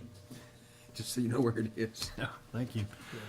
It's And great. I actually have a Zoom call this afternoon with TDM to try to get an update from them on who they, you know, the progress they've made, who they have attending. So as soon as I get that out, we'll confirm this meeting and get it posted and try to get some information out to the public, because I think it'll be one of the more useful meetings that our board will have held.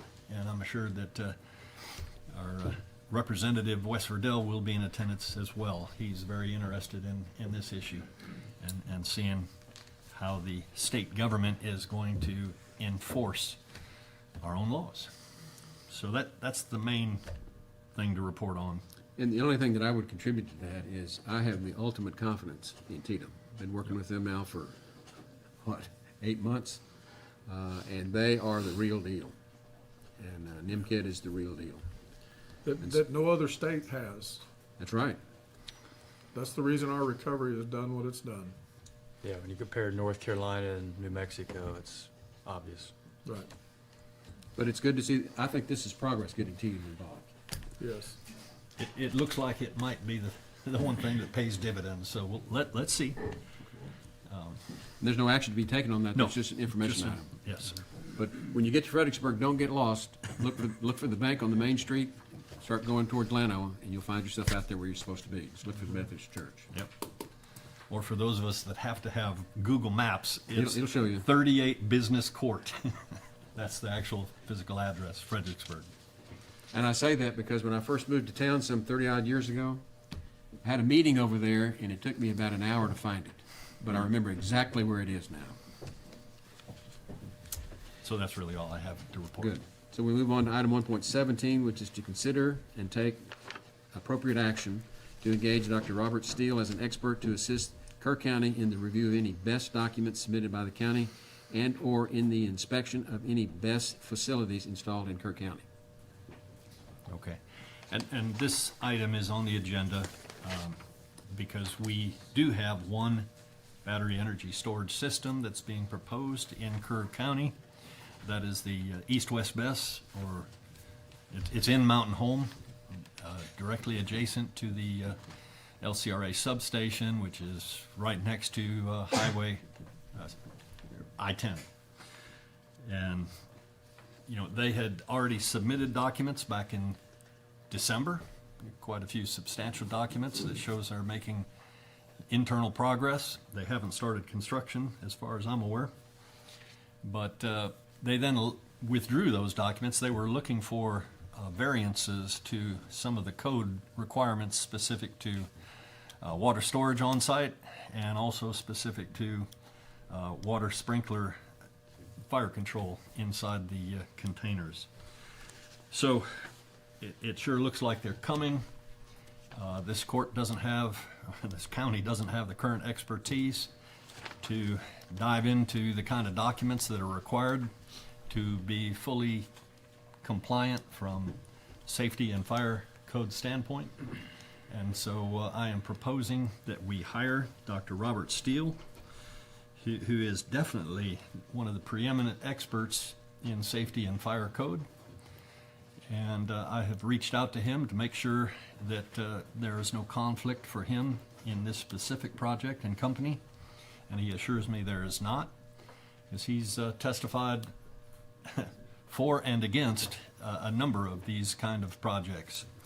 So, but as I say, he's a preeminent authority on UL 9540 and also on 855, NFPA 855, and those are the key documents that kind of determine whether your energy storage system facility is going to be, well, as safe as it can be.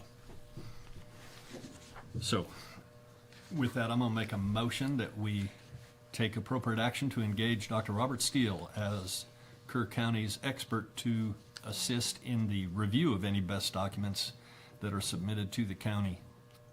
And if it comes to it, then any inspection of the facilities that become installed.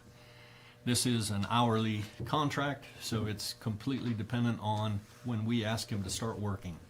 There won't be any retainer or any other fee paid until we specifically ask him to do so. Second. I have one suggestion about his, Yep. letter of engagement there. In number 10, there's a limitation of liability and indemnification, and the county's not authorized to indemnify him for his services, so Sure. I'll just ask that we strike that when we get the final document for the court to sign if it passes today. Yep. That's my only suggestion. Okay. Otherwise, you're okay with his proposal? I have reviewed the document for legal sufficiency. All right, well then, You can't approve? subject to the deletion of that Number 10. number 10, then I'll amend my motion. Okay, you're good with the amendment? Yes, sir. Okay. Discussion. What's the hourly rate? $250. And what do we expect what kind of bill do we expect on this one application? we Same got pending questions out I there? would, Yeah. I like going this route. Yep. It's clean, but where the money's come from, and you got a ballpark, how long it'll take him, or? Yeah, and well, it doesn't take long, because whenever the documents get submitted, it's a 30-day clock that's ticking. So he's got. That's a lot of hours. Well, it could be. Yeah, I know, That's what an I- average of you know, 2,000 a day.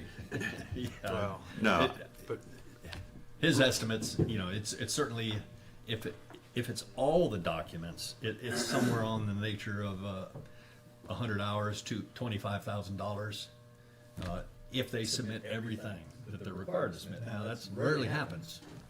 You get this stuff kind of piecemeal.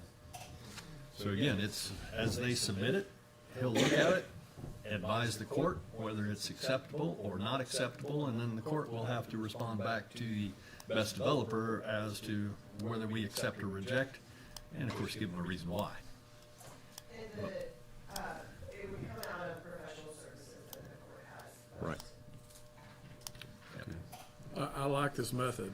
I mean, I do too. that's something I was promoting and liked. But I do think that we need to, when we get ready to engage him, we need to have parameters set up as to when we engage him and as to the amount.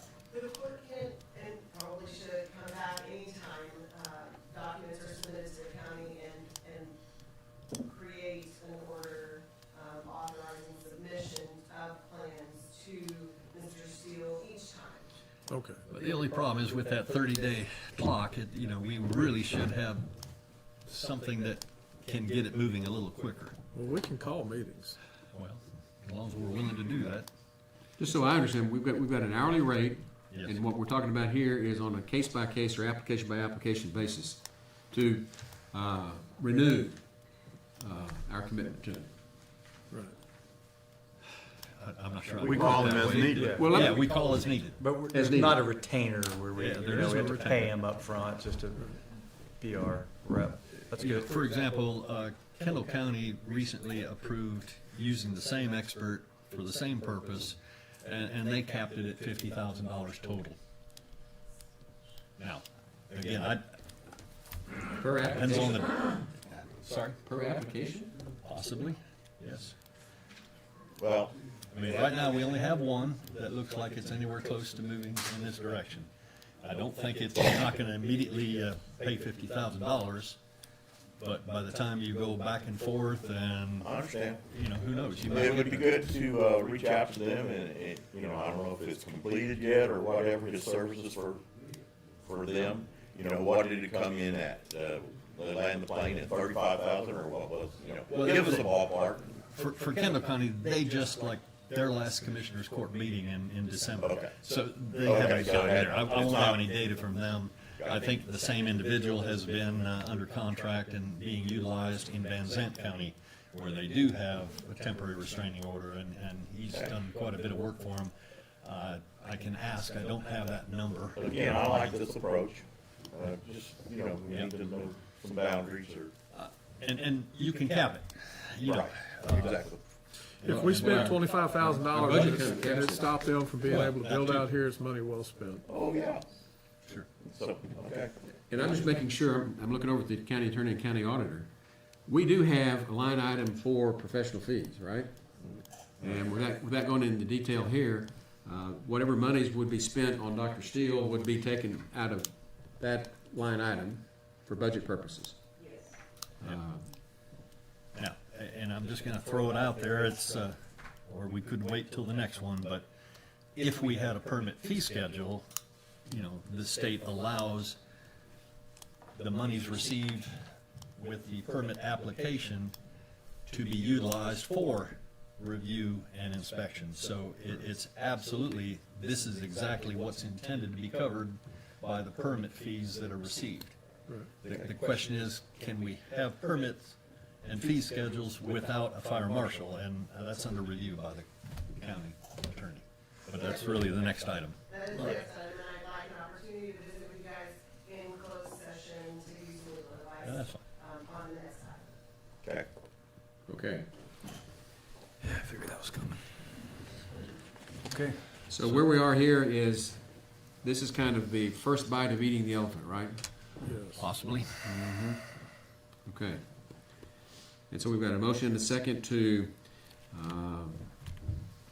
engage Dr. Robert Steele as an expert to assist us in the review of any best documents submitted to the county on the terms that have been discussed before the court.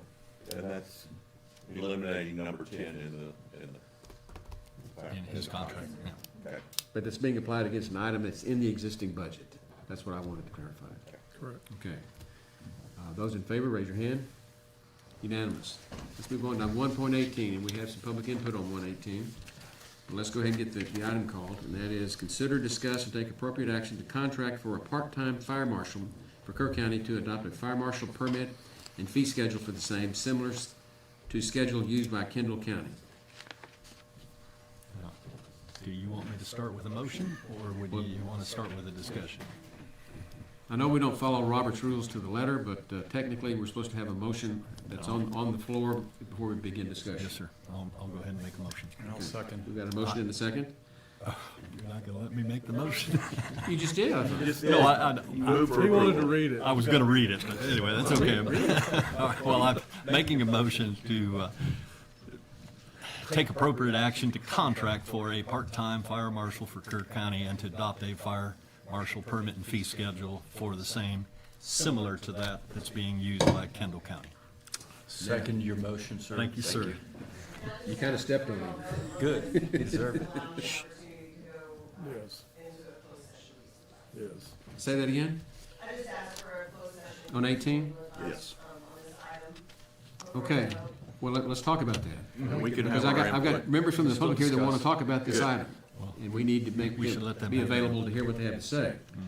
But that, we need to hear that before we go into Yeah. executive session. We're not taking them into executive session with us, are we? No. Well, I just want to make sure. And I want to make sure that the people that want to address the court understand what we're doing here and how we're doing it. Okay, so we've got this item on the table. It is open for discussion. I have two people that have asked to approach the court, and one is Aubrey Berner. If you go first, ma'am. Good morning, Audrey Berner, Kerr County. I want to thank you, Commissioner Paces, for leading us in this hellacious fight. You've been a leader from the beginning, standing with us citizens, helping to form the 391 and being the current president. You have reached out to state agencies to try and have them coordinate. You've spoken with TITA multiple times to get them involved. You've done tremendous research and spoken in Austin several times. You've been a true and powerful leader. Thank you, sir. Commissioner Holt, thank you for completing a tremendous amount of technical research on these BESs, locating substations within our county, and also serving on our 391 commission. All of the companies that I know that want to put BESs in our hill country are foreign owned. Most all of the lithium batteries and many of the components in these BESs are from China, a foreign adversary. My understanding is these companies have to begin construction July of 2026 and be completed December of 2030 to get all of the subsidies from our own federal government. The Commissioners Court in Van Zant County, along with their Fire Marshal Kevin Palmer and the tenacious Nancy White, have already mastered the blueprint for not just opposing these greedy foreign companies, but winning the battles that will ultimately defeat them.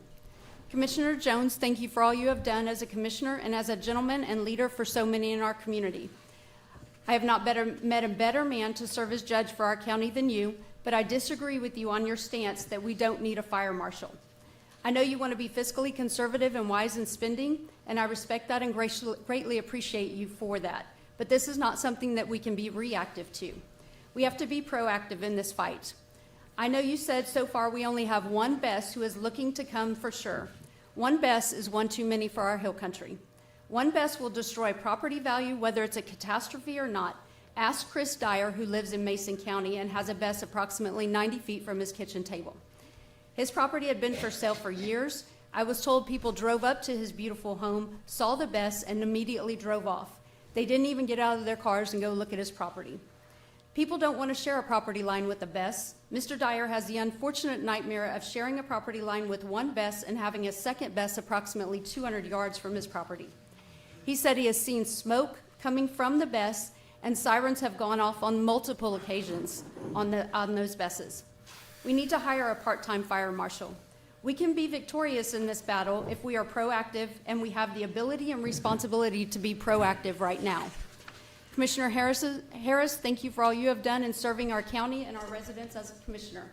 I understand you do not want a fire marshal coming in wreaking havoc on our small businesses and running roughshod over our business owners. None of us want that either, sir. Businesses are grandfathered with the codes that were enforced when the businesses were established. We want an intelligent, educated, ethical, like-minded individual to serve as our part-time county fire marshal, only to keep us as safe as possible, better protect us, and be the go-to in this county for these potentially catastrophic foreign-owned Besses. I have yet to speak with any fire marshal who is out to get anybody. They just want to keep their community safe. We only want a fire marshal part-time. We can hire him knowing it will only be part-time. It is a trial run, and he may only serve us for a year or so. Remember, my understanding is these companies have to begin construction July of 26 and be completed July 2030 to get the subsidies. The fire marshal does not need to be full-time, and he does not have to serve permanently. These Besses are the greatest threat that I know of coming to our county and to our hill country. This is something that we need to be proactive on. The East-West Bess Company submitted paperwork and documents to the court, and they were already requesting code modification for their project in Mountain Home. Their request was to be an agenda item in Commissioner's Court on 11/24/25. Thankfully, the company canceled. As I stated, the company had already submitted their paperwork and many documents. There is only 30 days to action the company's submission, or it is essentially approved and the company gets to move on with their work. What would our county have done if the company had not canceled? Would we just have been stuck with the Bess with no options to fight it? Fire Marshal Palmer from Van Zant County said our local first responders need to be trained 3 separate times on these Besses. First, before construction, second, during construction, third, right before the Bess goes online. He also stated these companies must submit a site-specific emergency response plan. He said they also need to submit a site-specific hazard mitigation analysis. He further stated these companies have to submit an application fee and pay the fee prior to submitting any paperwork or documents. I believe the fee paid in Van Zant County was $55,000. That one fee will pay for a part-time fire marshal for at least 1 year or more. So the fire marshal is paid by that application fee. Also, when a fee is submitted, then our fire marshal is on the lookout for the paperwork and documents. Neither he nor the county will be blindsided and rushed to act when the paperwork and documents come in. 3 of you men are currently running a campaign and have an election to win. We cannot afford to lose you, Commissioner Paces. You are the only man for the job at this time. You have been steadfast, true, and unyielding in this fight, and you have also been a phenomenal leader in our county. There's not another better man than you to serve for Precinct 2 in our entire county, as evidenced by your actions and involvement in our community.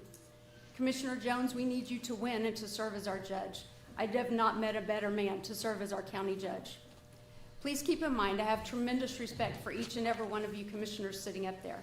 I do not believe our county would have fared as well as we did from the catastrophic flooding of July 4th were it not for you men.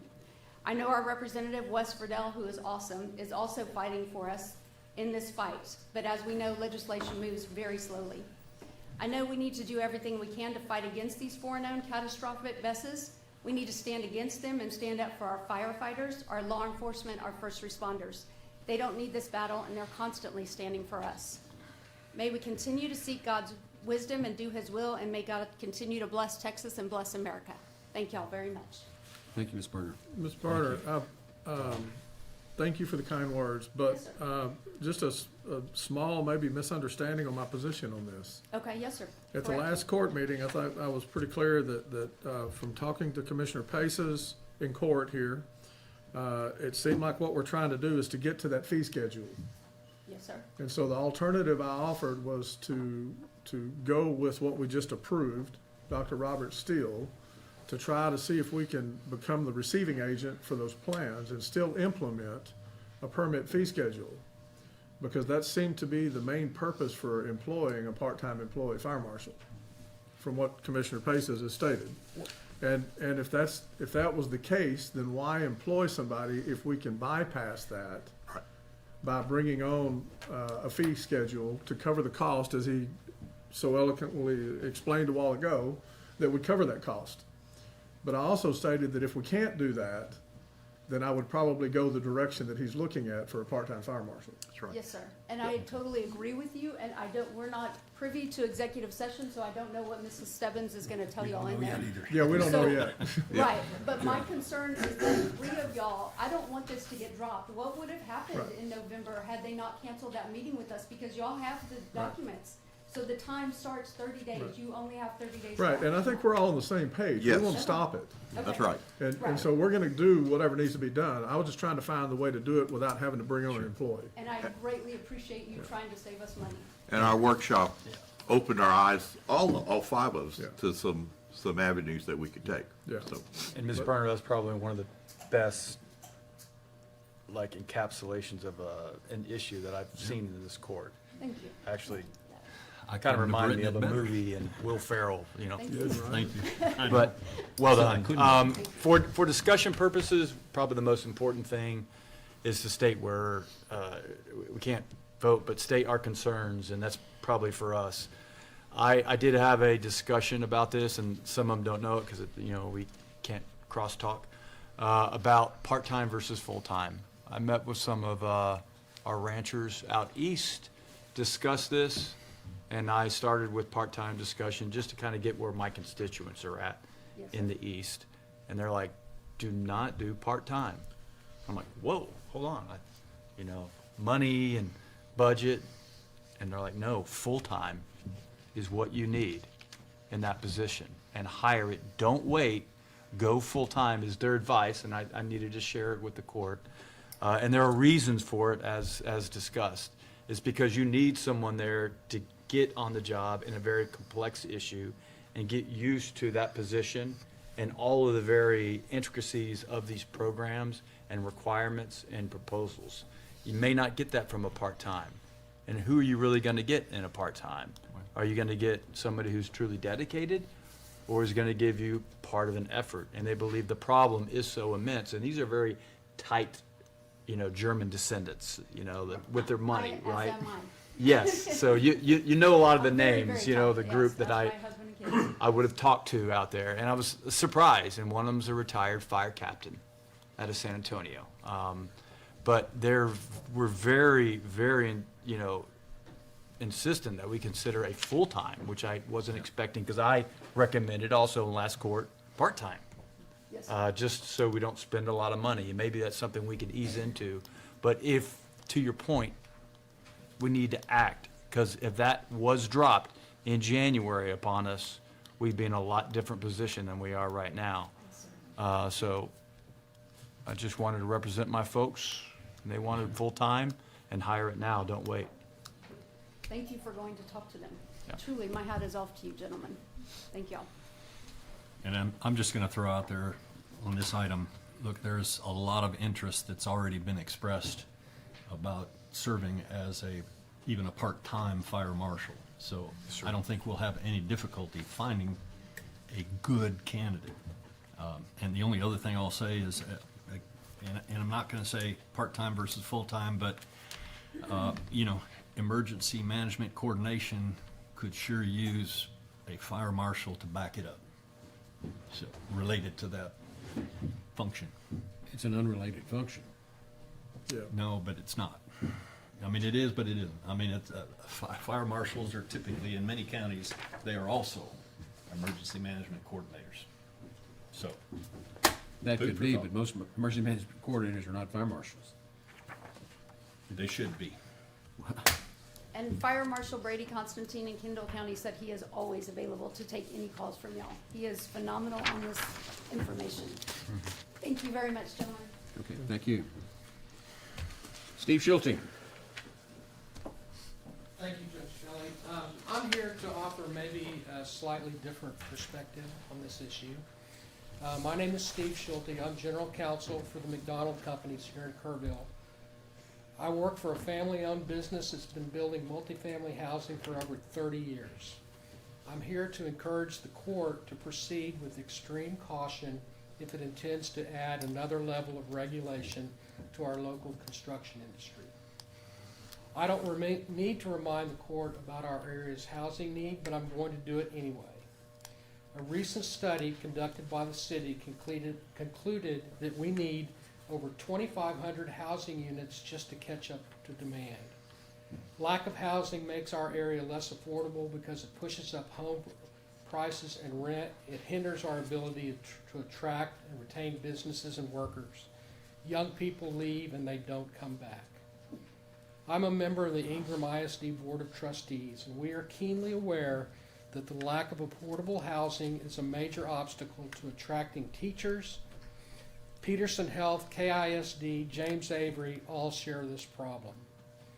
36% of our homeowners in this county and half of our renters are considered housing cost burdened. That means that they spend a disproportionate amount of their income on housing. In November, Kerr County home prices were up over 15% compared to last year. So with this background, I'd like to talk about government regulation. According to the National Association of Home Builders, government regulations account for almost 25% of the final cost of a new house. More shocking, government regulations account for over 40% of multifamily development costs. In short, the average cost of regulation in a new home is rising more than twice as fast as Americans' ability to pay for it. I believe that this community, and especially this court, have consistently encouraged less regulation, not more. In fact, many of you campaigned on that very issue. The regulations you are looking at today appear to be a one-issue regulation. It is addressed toward the energy storage facilities.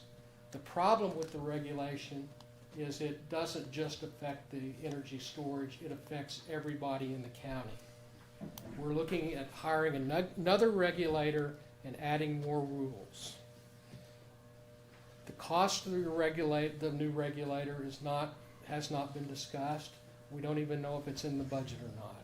Where is this money coming from? I don't need to go into y'all's budget issues. Y'all are very aware of that. You're also being presented with 6 pages of new fees that will be applied to the cost of any housing in Kerr County, not just the storage. The representatives from the city in this room will tell you that in their experience, the fire marshal program is the source of the most contention in the building industry in the city of Kerrville, and is the source of both threatened and actual litigation. It's not something that you want to enter into lightly. I understand that regulation is necessary to protect the health and safety of residents, but it's important to know the financial impact of each type of regulation, particularly with our affordability problems here in Kerr County. While these regulations may be well-intentioned, the costs and burdens must be carefully weighed against the benefits. Sitting here today, I don't think that has been done.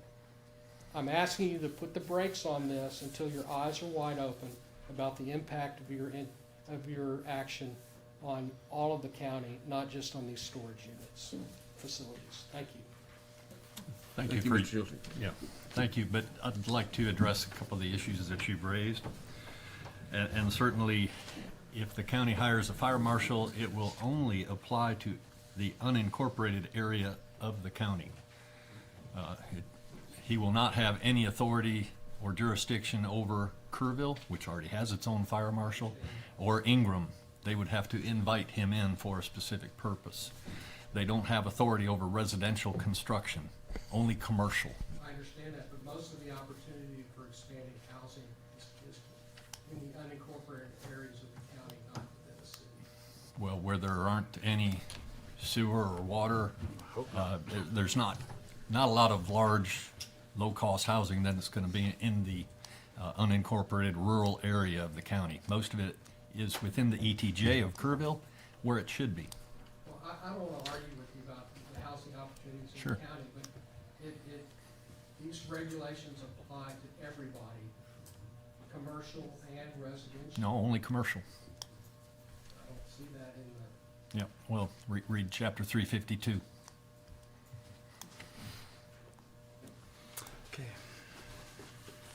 Okay, we're going, Gonna hold, not vote? She won't know she can speak. I didn't sign up, but some issues were brought up in discussion. May I speak? yes, ma'am? This is going to executive session, everybody understands that.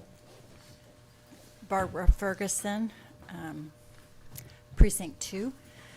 What I wanted to, first I had a question. If we do not hire a fire marshal and would go the route that Commissioner Jones talked about, then they would be reviewing all the documents as experts on these best facilities. If we would hire a fire marshal, wouldn't they also need to be reviewed by this expert? Because a fire marshal cannot possibly Yes. be. So we are looking possibly at double dipping Somewhat. on this if we hire a fire marshal. I would be in favor of a part-time fire marshal only if the Commissioner's Court cannot be the receiving agent of these applications. If the Commissioner's Court can be the receiving agent, then we can bypass the whole fire marshal question. Am I getting that straight? Again, the fire marshal is the trigger for the permit fee schedule. But if we are the receiving agent, that also came up in discussion, that there is precedence for us, even as we have a fee schedule for our review of other items in the county for approvals. We have fee schedules. That's what we're gonna wait to hear Yeah, from our county we're looking attorney into on. that. Okay. It needs to be researched. I don't think we have a clear answer whether we can do that or not. Okay, well, I hope during executive session you'll be able to get a clear answer on that, because I really think we can bypass this whole fire marshal thing when we have that clear answer. That's what seems to be holding up the issue. So, and thank you very much. Good points, Barbara. So, excuse me, will y'all vote on this after y'all come out of executive session then? Possibly, I don't know. Okay, thank you. Okay. Let's move on to the next item on the agenda, which is 1.19. Consider, discuss, and take appropriate action regarding the county road and bridge department providing labor and equipment to chip seal the driveways and parking areas associated with the Center Point Volunteer Fire Department, Station 8-1, located on Kelly Street East, and Station 8-2, located on Elm Pass Road.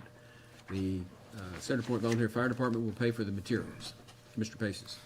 Yeah, I think this is back on the agenda in this meeting. You know, in our last meeting, Ty Turman, the president of the Center Point Volunteer Fire Department, gave an excellent presentation and walked the court through it. I think there was broad agreement from the court to do it, but we needed some kind of a contract or agreement from the county attorney, who I'm kind of talking to. And so, were you preparing any kind of an agreement that's needed? I did prepare an agreement, and I have sent it over to Kelly and her staff and Jody, and it's an agreement based on one that we've done like this before with the Divide ISD. It limits the cost of it to about $44,000, and it is for the two projects, one on Kelly Street and the other on Elm Pass. Elm Pass Road. I Yep. just wanted to confirm that it is only with the Center Point Volunteer Fire Correct. Department and not with another fire department. Correct. This is specific to Center Point Volunteer Fire Department, which maintains both stations. There is a draft agreement prepared, Center Point Volunteer Fire Department. I didn't send it to them, so. That's okay. I mean, I can help you with that if you'd like. Otherwise, I'm sure they'll be willing to go ahead and execute it if the court wants to, you know. Okay, I think that it is in a condition, you can share it with them, and I'll send it your way. Okay, so what action do we need to take today as a You court? can approve it and authorize the county judge to sign it. Subject to? Subject to approval? Or just, she's No, prepared she's it, already so done it. I don't think it's subject to. So you have a motion? So I guess I'll make a motion that the court authorize the county judge to sign the document that's been prepared by the county attorney to allow Road and Bridge Department to provide labor and equipment to chip seal the driveways and parking areas associated with Centerpoint Volunteer Fire Department's Station 8-1 located on Kelly Street East and Station 8-2 located on Elm Pass Road. Second. Got a motion to second. Any discussion? Yeah, they do understand, I think from the last meeting, that that'll be whenever Kelly can work that in. Yes, they understand. Okay, They're happy to accept on whatever terms. right. Sure. Okay. Okay. Any other discussion? Those in favor, raise your hand. Unanimous. Move on to item 1.20, consider, discuss, take appropriate action to submit an application for the Swiftwater Boat FY27 project for the Kerr County Sheriff's Office through the Edward Byrne Memorial Justice Assistance Grant Program from the Office of the Governor. Ms. Putnam, you're going to be up there for a while. This is the first one. I'll be up here again next meeting as well. We are in the grant cycle for the Office of the Governor grants, and we have these three for the agenda today. The first one is for the Sheriff's Office for the Swiftwater Boat. They are requesting through the JAG grant. This goes through ACOG and funnels through ACOG to the Office of the Governor. I move for approval. Second. Got a motion and a second to approve the Swiftwater Boat Grant application as presented. Any discussion? Just to understand, Swiftwater boats and training required. I don't need to tell that to a sheriff and his key deputies, but, integrating with other groups and departments. On the river, there are many different agencies that run boats, from Texas game wardens to, I think we saw one in Bernie, Save That Girl, to the local the local VFDs are also getting boats. So I'm just, now that we're talking about the grant, purpose of intent and the boat, I assume it's for, other law enforcement activities or search and recovery, just to understand how it complements with the rest of the boat teams, which are all building up along that river. As we've seen from the flood, some of our ability as the sheriff's office for us to be able to respond to certain things, and also having to wait for other assets that may not be available, that we can also have that available immediately, for us to be able to use. We want to be able to be as proactive as we can in this type of event. So doing that, the plan going forward is actually eventually get two, maybe be able to do stage 1 east and west for a response for that as we train our personnel. So currently, with the sheriff's office as training, all of our deputies have gone through Swiftwater awareness training, as well as our dispatchers. The next step will be the shoreline, will be the step 1 of all of our deputies of patrol will go through that shoreline training. And then we'll move into the technician course, which will be the 1 and 2, which will be actually our dedicated team that we're looking at about 12 personnel for that, to do that, so. Okay, thank you. We need a motion. We need a motion on the floor in a second. Oh, Make a motion to approve as presented. We already had. I already made the motion. Huh? We already had. Yeah, that was just we got a motion? discussion. Yeah, we already have. okay. To understand the Okay. requirement. Thank you.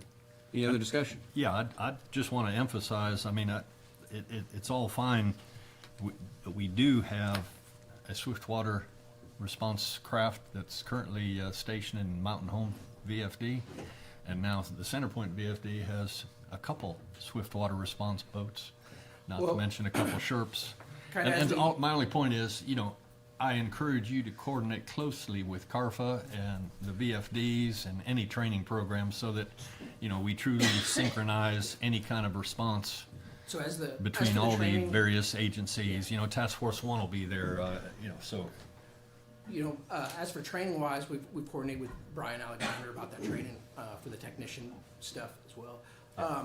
We've just kind of seen that, so Hunt doesn't want the capability of doing Swiftwater, so that limits that area to do that. I don't know exactly what the capabilities of Centerpoint are, but when we look at this as, hey, you say down to Centerpoint, all right, so Centerpoint is all the way down there. They have an area of responsibility that's down there at Centerpoint.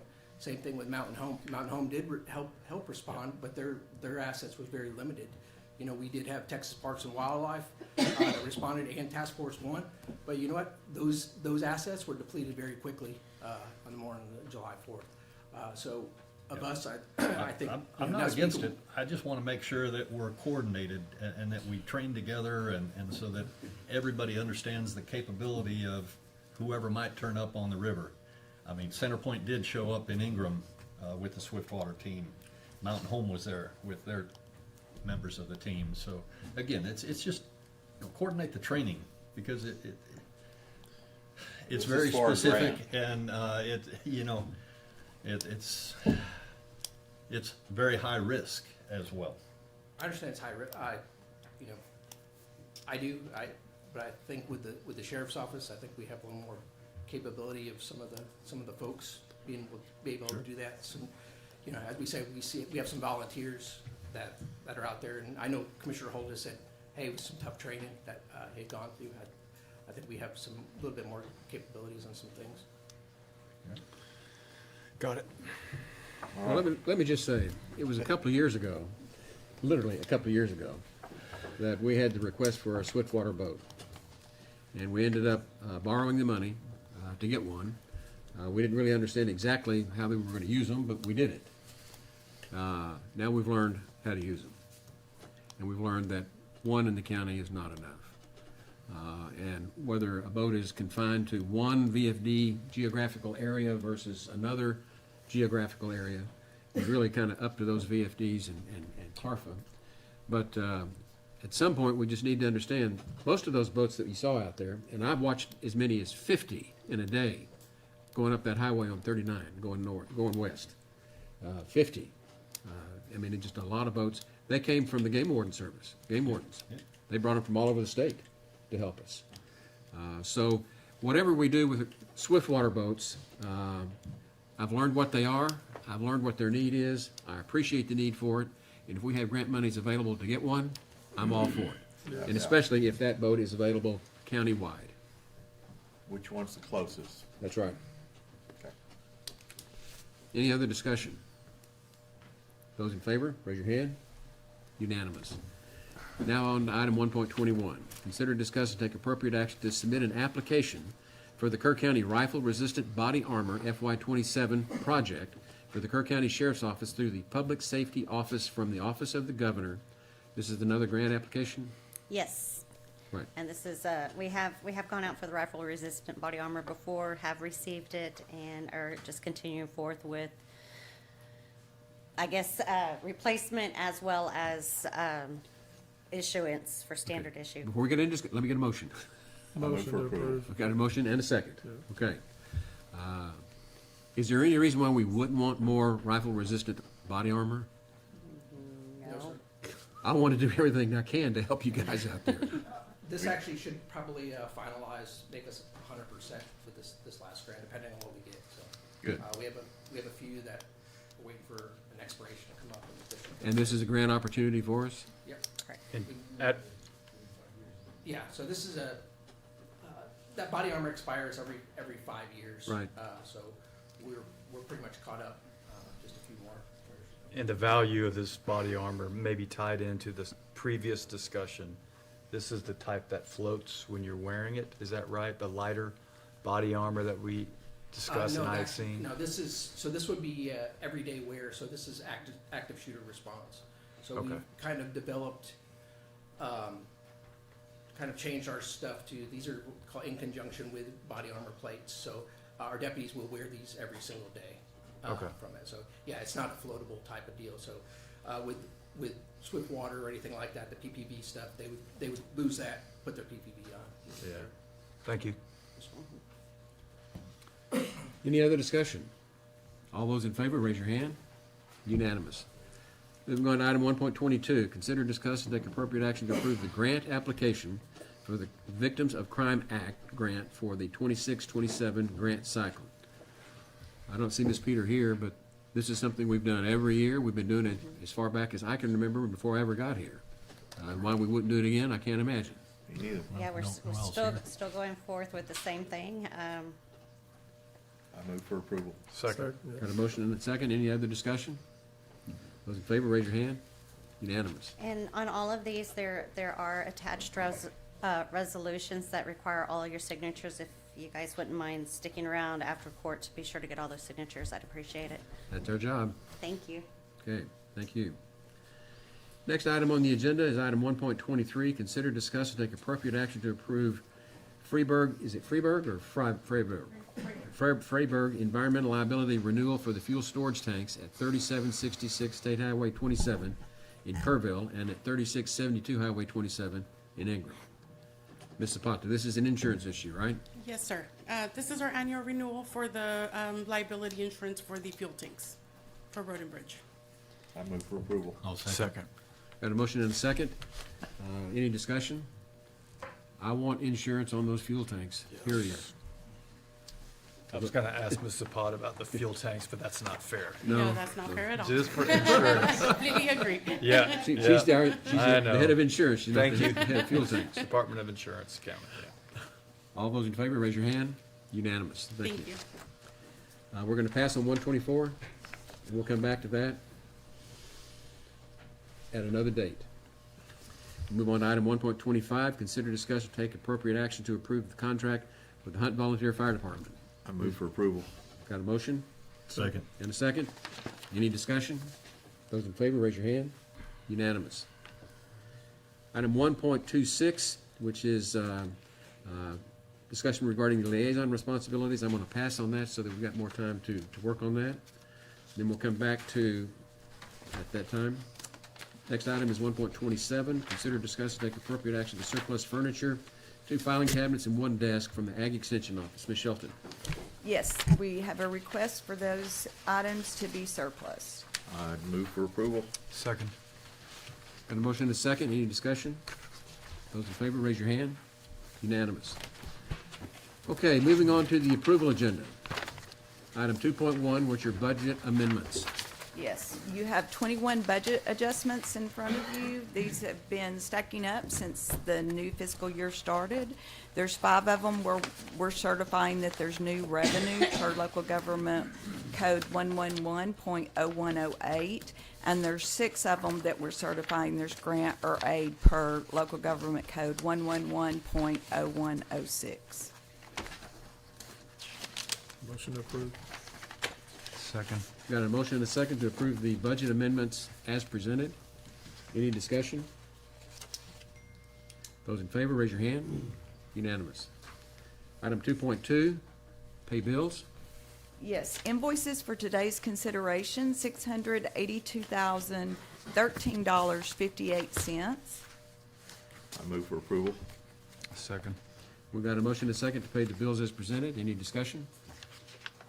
Those in favor, raise your hand. Unanimous. Late bills. Yes, late bills, $56,733.18. I move for approval. Second. Got a motion and a second to approve the late bills as presented. Any discussion? Just, I always like to ask late bills, any concerns on what that was or context for the group? Again, late bills just mean they were late getting into the auditor's office by our deadline. Okay. Thank you. Anything else? Those in favor, raise your hand. Unanimous. Auditor reports.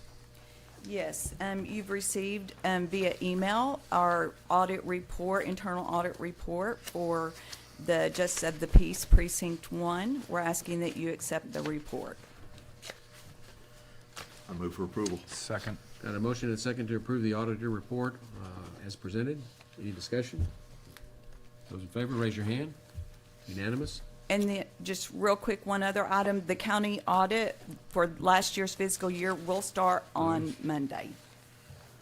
And what that means is this room is going to be occupied full-time.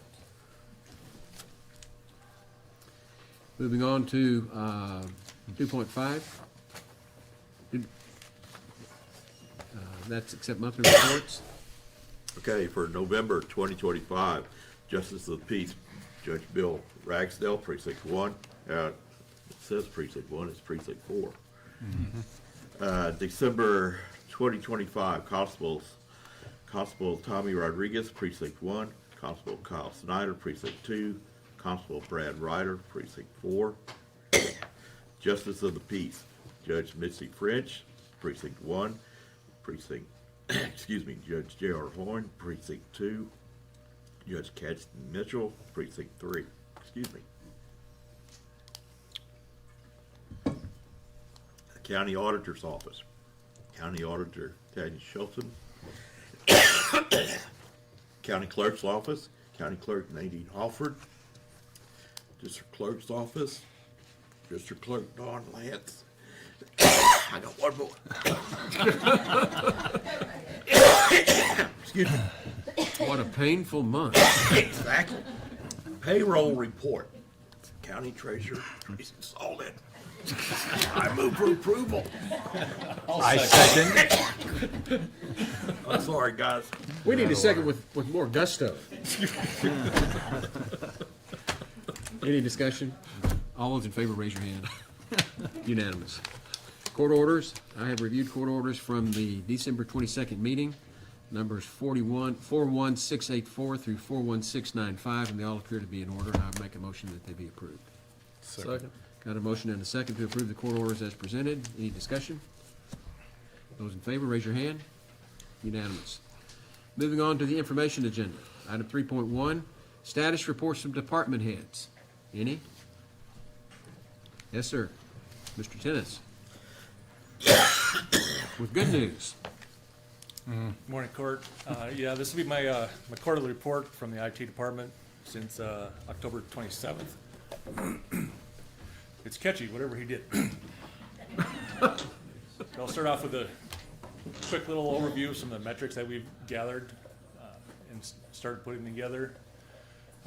We'll start off with our state mandated training. As a county, we're sitting at about 61%. As a reminder, there's now 2 separate training events that are state mandated: the regular cyber awareness training, and then also the AI training as well. So here we got a breakdown by department of who has and has not completed their training. So if the department heads or elected officials want to have more granularity, obviously they can reach out and we can provide that information. We also took a little bit of a break this summer for our fishing training. You'll see that there in the middle. That continues. We kicked that back off again in November. There's again a breakout of who our offenders are by department. And again, I can provide that more granularity as well. And then in November, we actually re-engaged our help desk, which provides the spike there in November. We had a break from June through November with all our different programs between either the Active Directory, email migration, or even just computer replacements. And of course, that also covered the period of the flood. So that's why the November number is high, because that's ingesting all of the data from the previous 5 months. So that's just catch up. That's the catch up, yeah. So 1,200 tickets for that 5-month period. So we were obviously busy. December, that number is closer to 100, and then obviously we're just getting started there with January. I will finish up with an outlook of the 2026 cyber threat awareness. And this slide here just shows, yes, sir. Can I go back to the last slide? Just what's the difference between solved versus closed? Solved were just lower action items that really didn't generate a ticket necessarily. They're also solved, I assume. I mean, yeah, it's still solved. It was just an item that came in through the help desk different that ways just that you didn't really classify warrant them. an item. So, but so they're on this here, and I'll talk more about some of the tools coming up. But this is a quick snapshot of a tool that we use to monitor the internet traffic within the courthouse, as well as the sheriff's department. Those are external attempts to get into our network. And if we want to get into further detail, I can discuss it offline.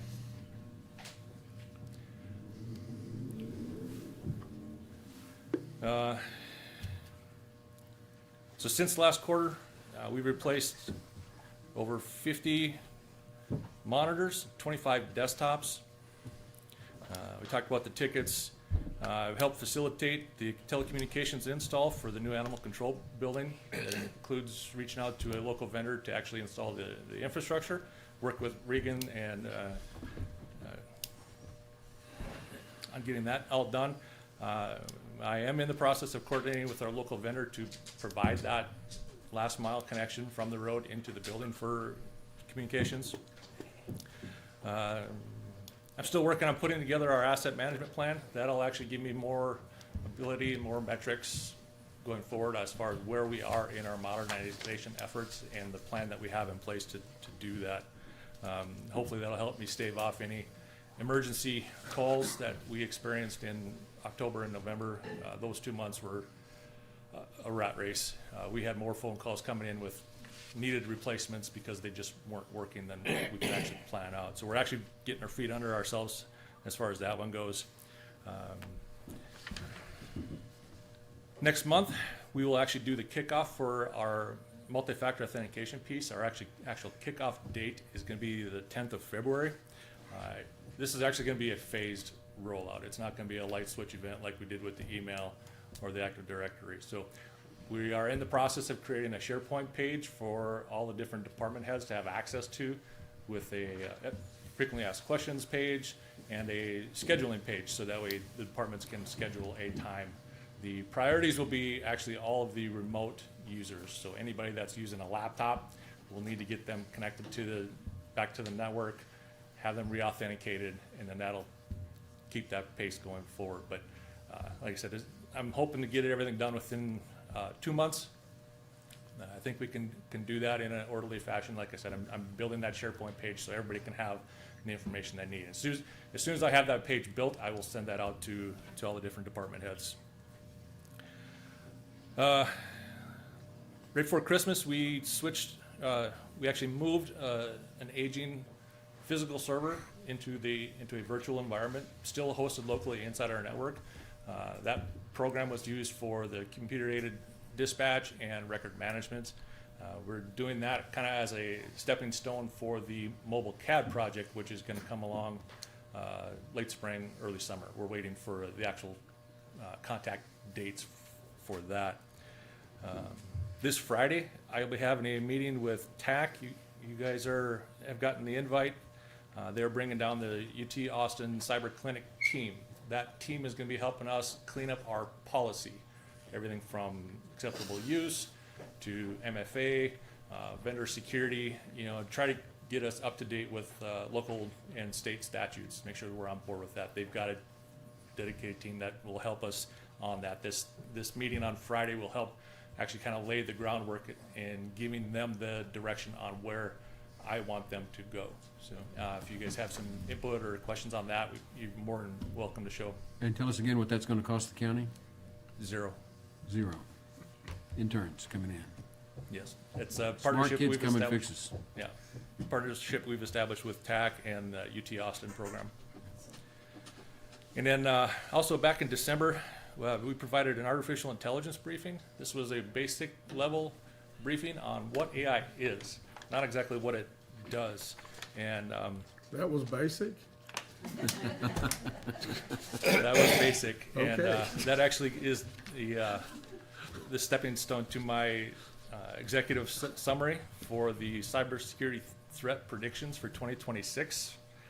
So let me get through this here. If you guys have any questions, obviously feel free to ask. So big picture, cybersecurity in 2026 is defined by speed and scale. Cybersecurity is evolved into an industrialized ecosystem using automation and AI to execute attacks faster than human-led defenses can respond. The primary threat is no longer novel techniques, but the ability of attackers to move from access to impact in minutes. So what's changing? Industrialized cybercrime. Attackers operate in a coordinated enterprise using crime as a service platforms. Access to brokers, netbots, and AI-driven workflows. AI-driven attack execution. AI is now used across full attack life cycles, including phishing, credential theft, data analysts, and extortion. Autonomous agents are emerging that require little or no human oversight. Compressed attack timelines. Automation has collapsed the window between compromise and consequence. Data can be stolen, analyzed, and weaponized before detection. High impact targeting. Ransomware increasingly targets manufacturing, healthcare, utilities, cloud, and supply chains, blending disruption, data theft, and extortion, often simultaneously. So what does that mean for us? Speed is now a primary risk factor. It takes longer to detect and contain an incident, the greater the business impact. Response times matter more now than ever, and any tool can count. Security must operate as a system, not silos. Threat intelligence, exposure management, detection, and response must be tightly integrated to enable machine speed action. Identity is now the new control plane. Human and non-human identities, automation, AI agents, cloud workloads are both critical assets and primary attack surfaces. Identity governance and monitoring are essential.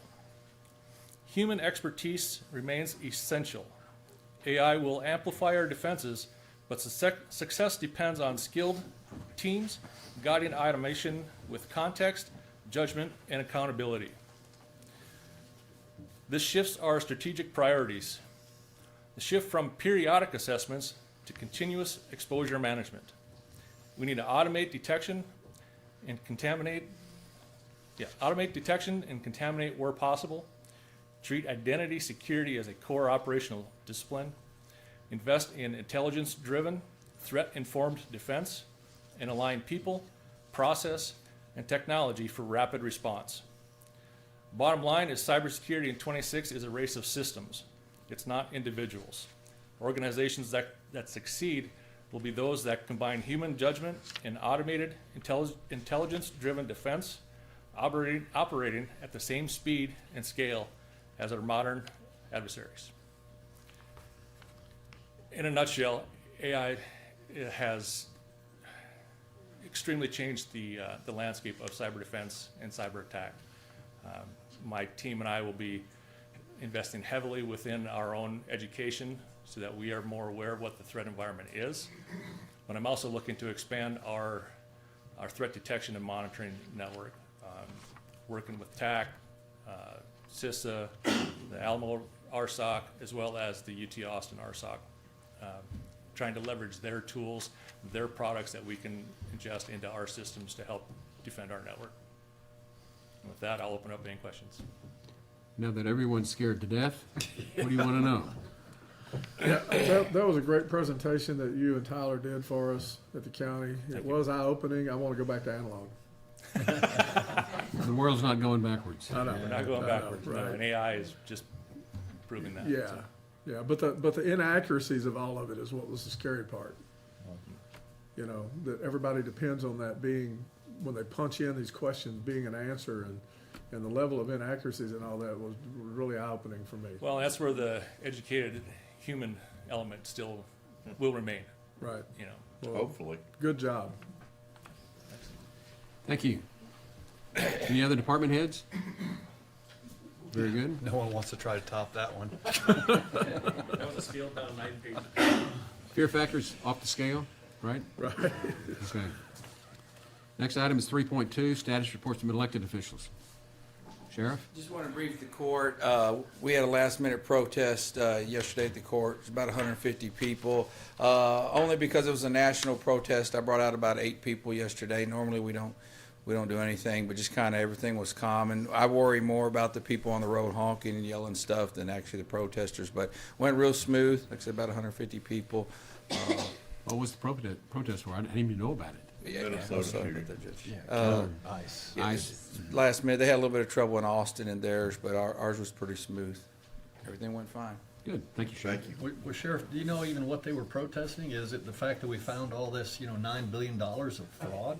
No, it was the incident from Minnesota. That's what it was. It was in Shooting. reference to ICE. Oh, okay. So Yeah, it was one shooting, not the $9 billion No, of it fraud, was just waste, and corruption that's shooting, present in Well, that's okay.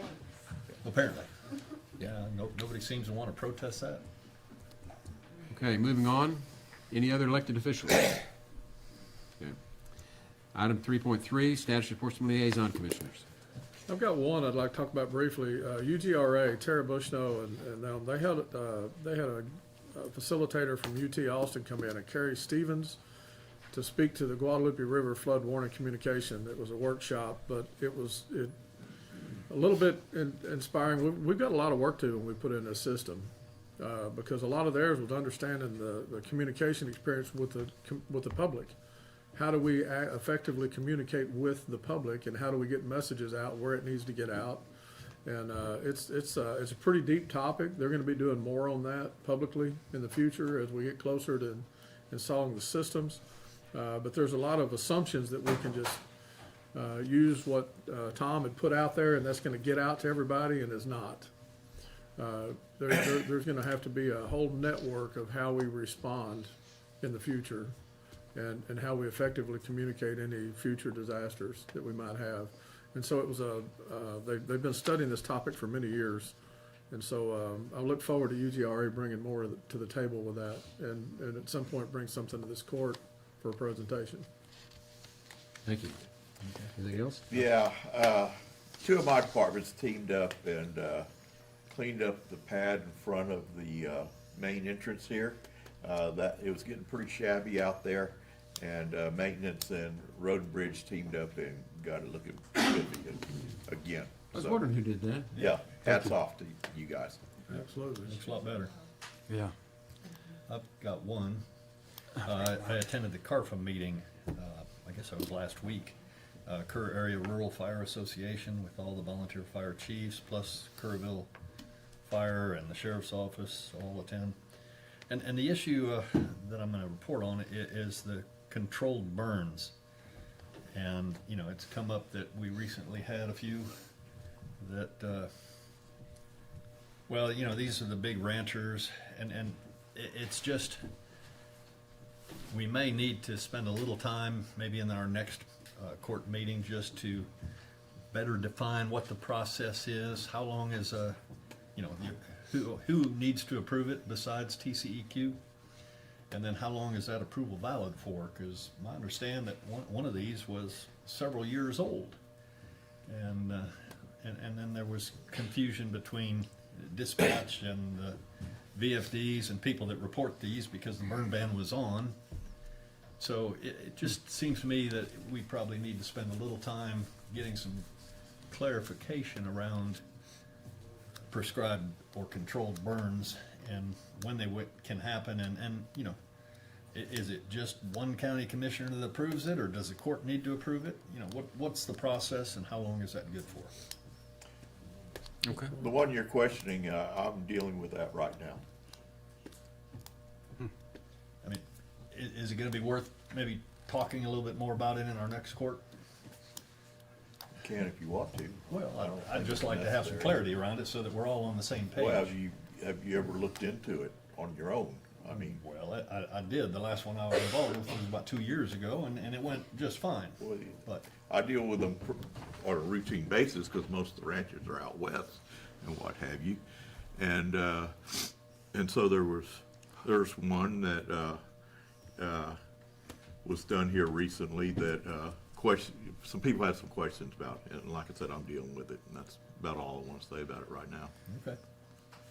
I perhaps have a little bit to learn about that, so I'll dig into it. Look into it, see what's required and what have you, and it's, you know, routinely the judge and they send us burn plans, and then when they get ready to pull the trigger, to do the burn, when conditions are right, they'll get a hold of us and hey, we're going to do it tomorrow morning, or conditions look right, or what have you. They call the local VFD and the sheriff department, and everything's kosher with the burn plan turned in. So. Well, it's not always kosher, I guess. So anyway, that's the way it was discussed in the CARFA meeting. And I do have one liaison Discussion comment. about it would be great to have it on an agenda Yes. item instead of in the status report from the liaison commissioner. Yeah. I don't disagree. Well, But controlled burns are always a headache. Yeah. Always a headache. put it on the agenda, we can talk about it. Okay. For animal control, just one quick update. There was a significant coordination requirement with between the sheriff's office and the animal control over horse issue, in case you heard about it. You had some folks that passed away and had a lot of horses that had to be dealt with. It was challenging. I commend all those, from veterinarians to Kerrville Pets Alive to our sheriff's department, that kind of came to the rescue of a lot of horses and got those that were available to be helped in the hands of folks that could do that, without going into a lot of detail. There is a building being built, a little update on that, and especially those that were tracking, hey, it's January, so where are we? We expect to move in March. We're doing it deliberate, as we're going to be moving a lot of stuff from one older facility into a new facility. As you're aware, we're trying to pinch pennies as much as possible and reuse. So we're going to be doing the planning for the move-in and looking on how we can do that in March with the ribbon cutting, just so you're tracking. March ribbon cutting, not January. It'll be with a move-in. That's it. Thank you. Any others? Okay, with that, we're going to adjourn into executive session to go back and revisit agenda item number 118. And this is, to read it off here, the Commissioners Court reserves the right to adjourn into executive session at a time to discuss any of the above matters listed as permitted by law, including in sections 551.071 of the Texas Government Code regarding consultation with the attorney. That's what we're going to be talking about. So with that, we have to take a 5-minute break and we'll come back.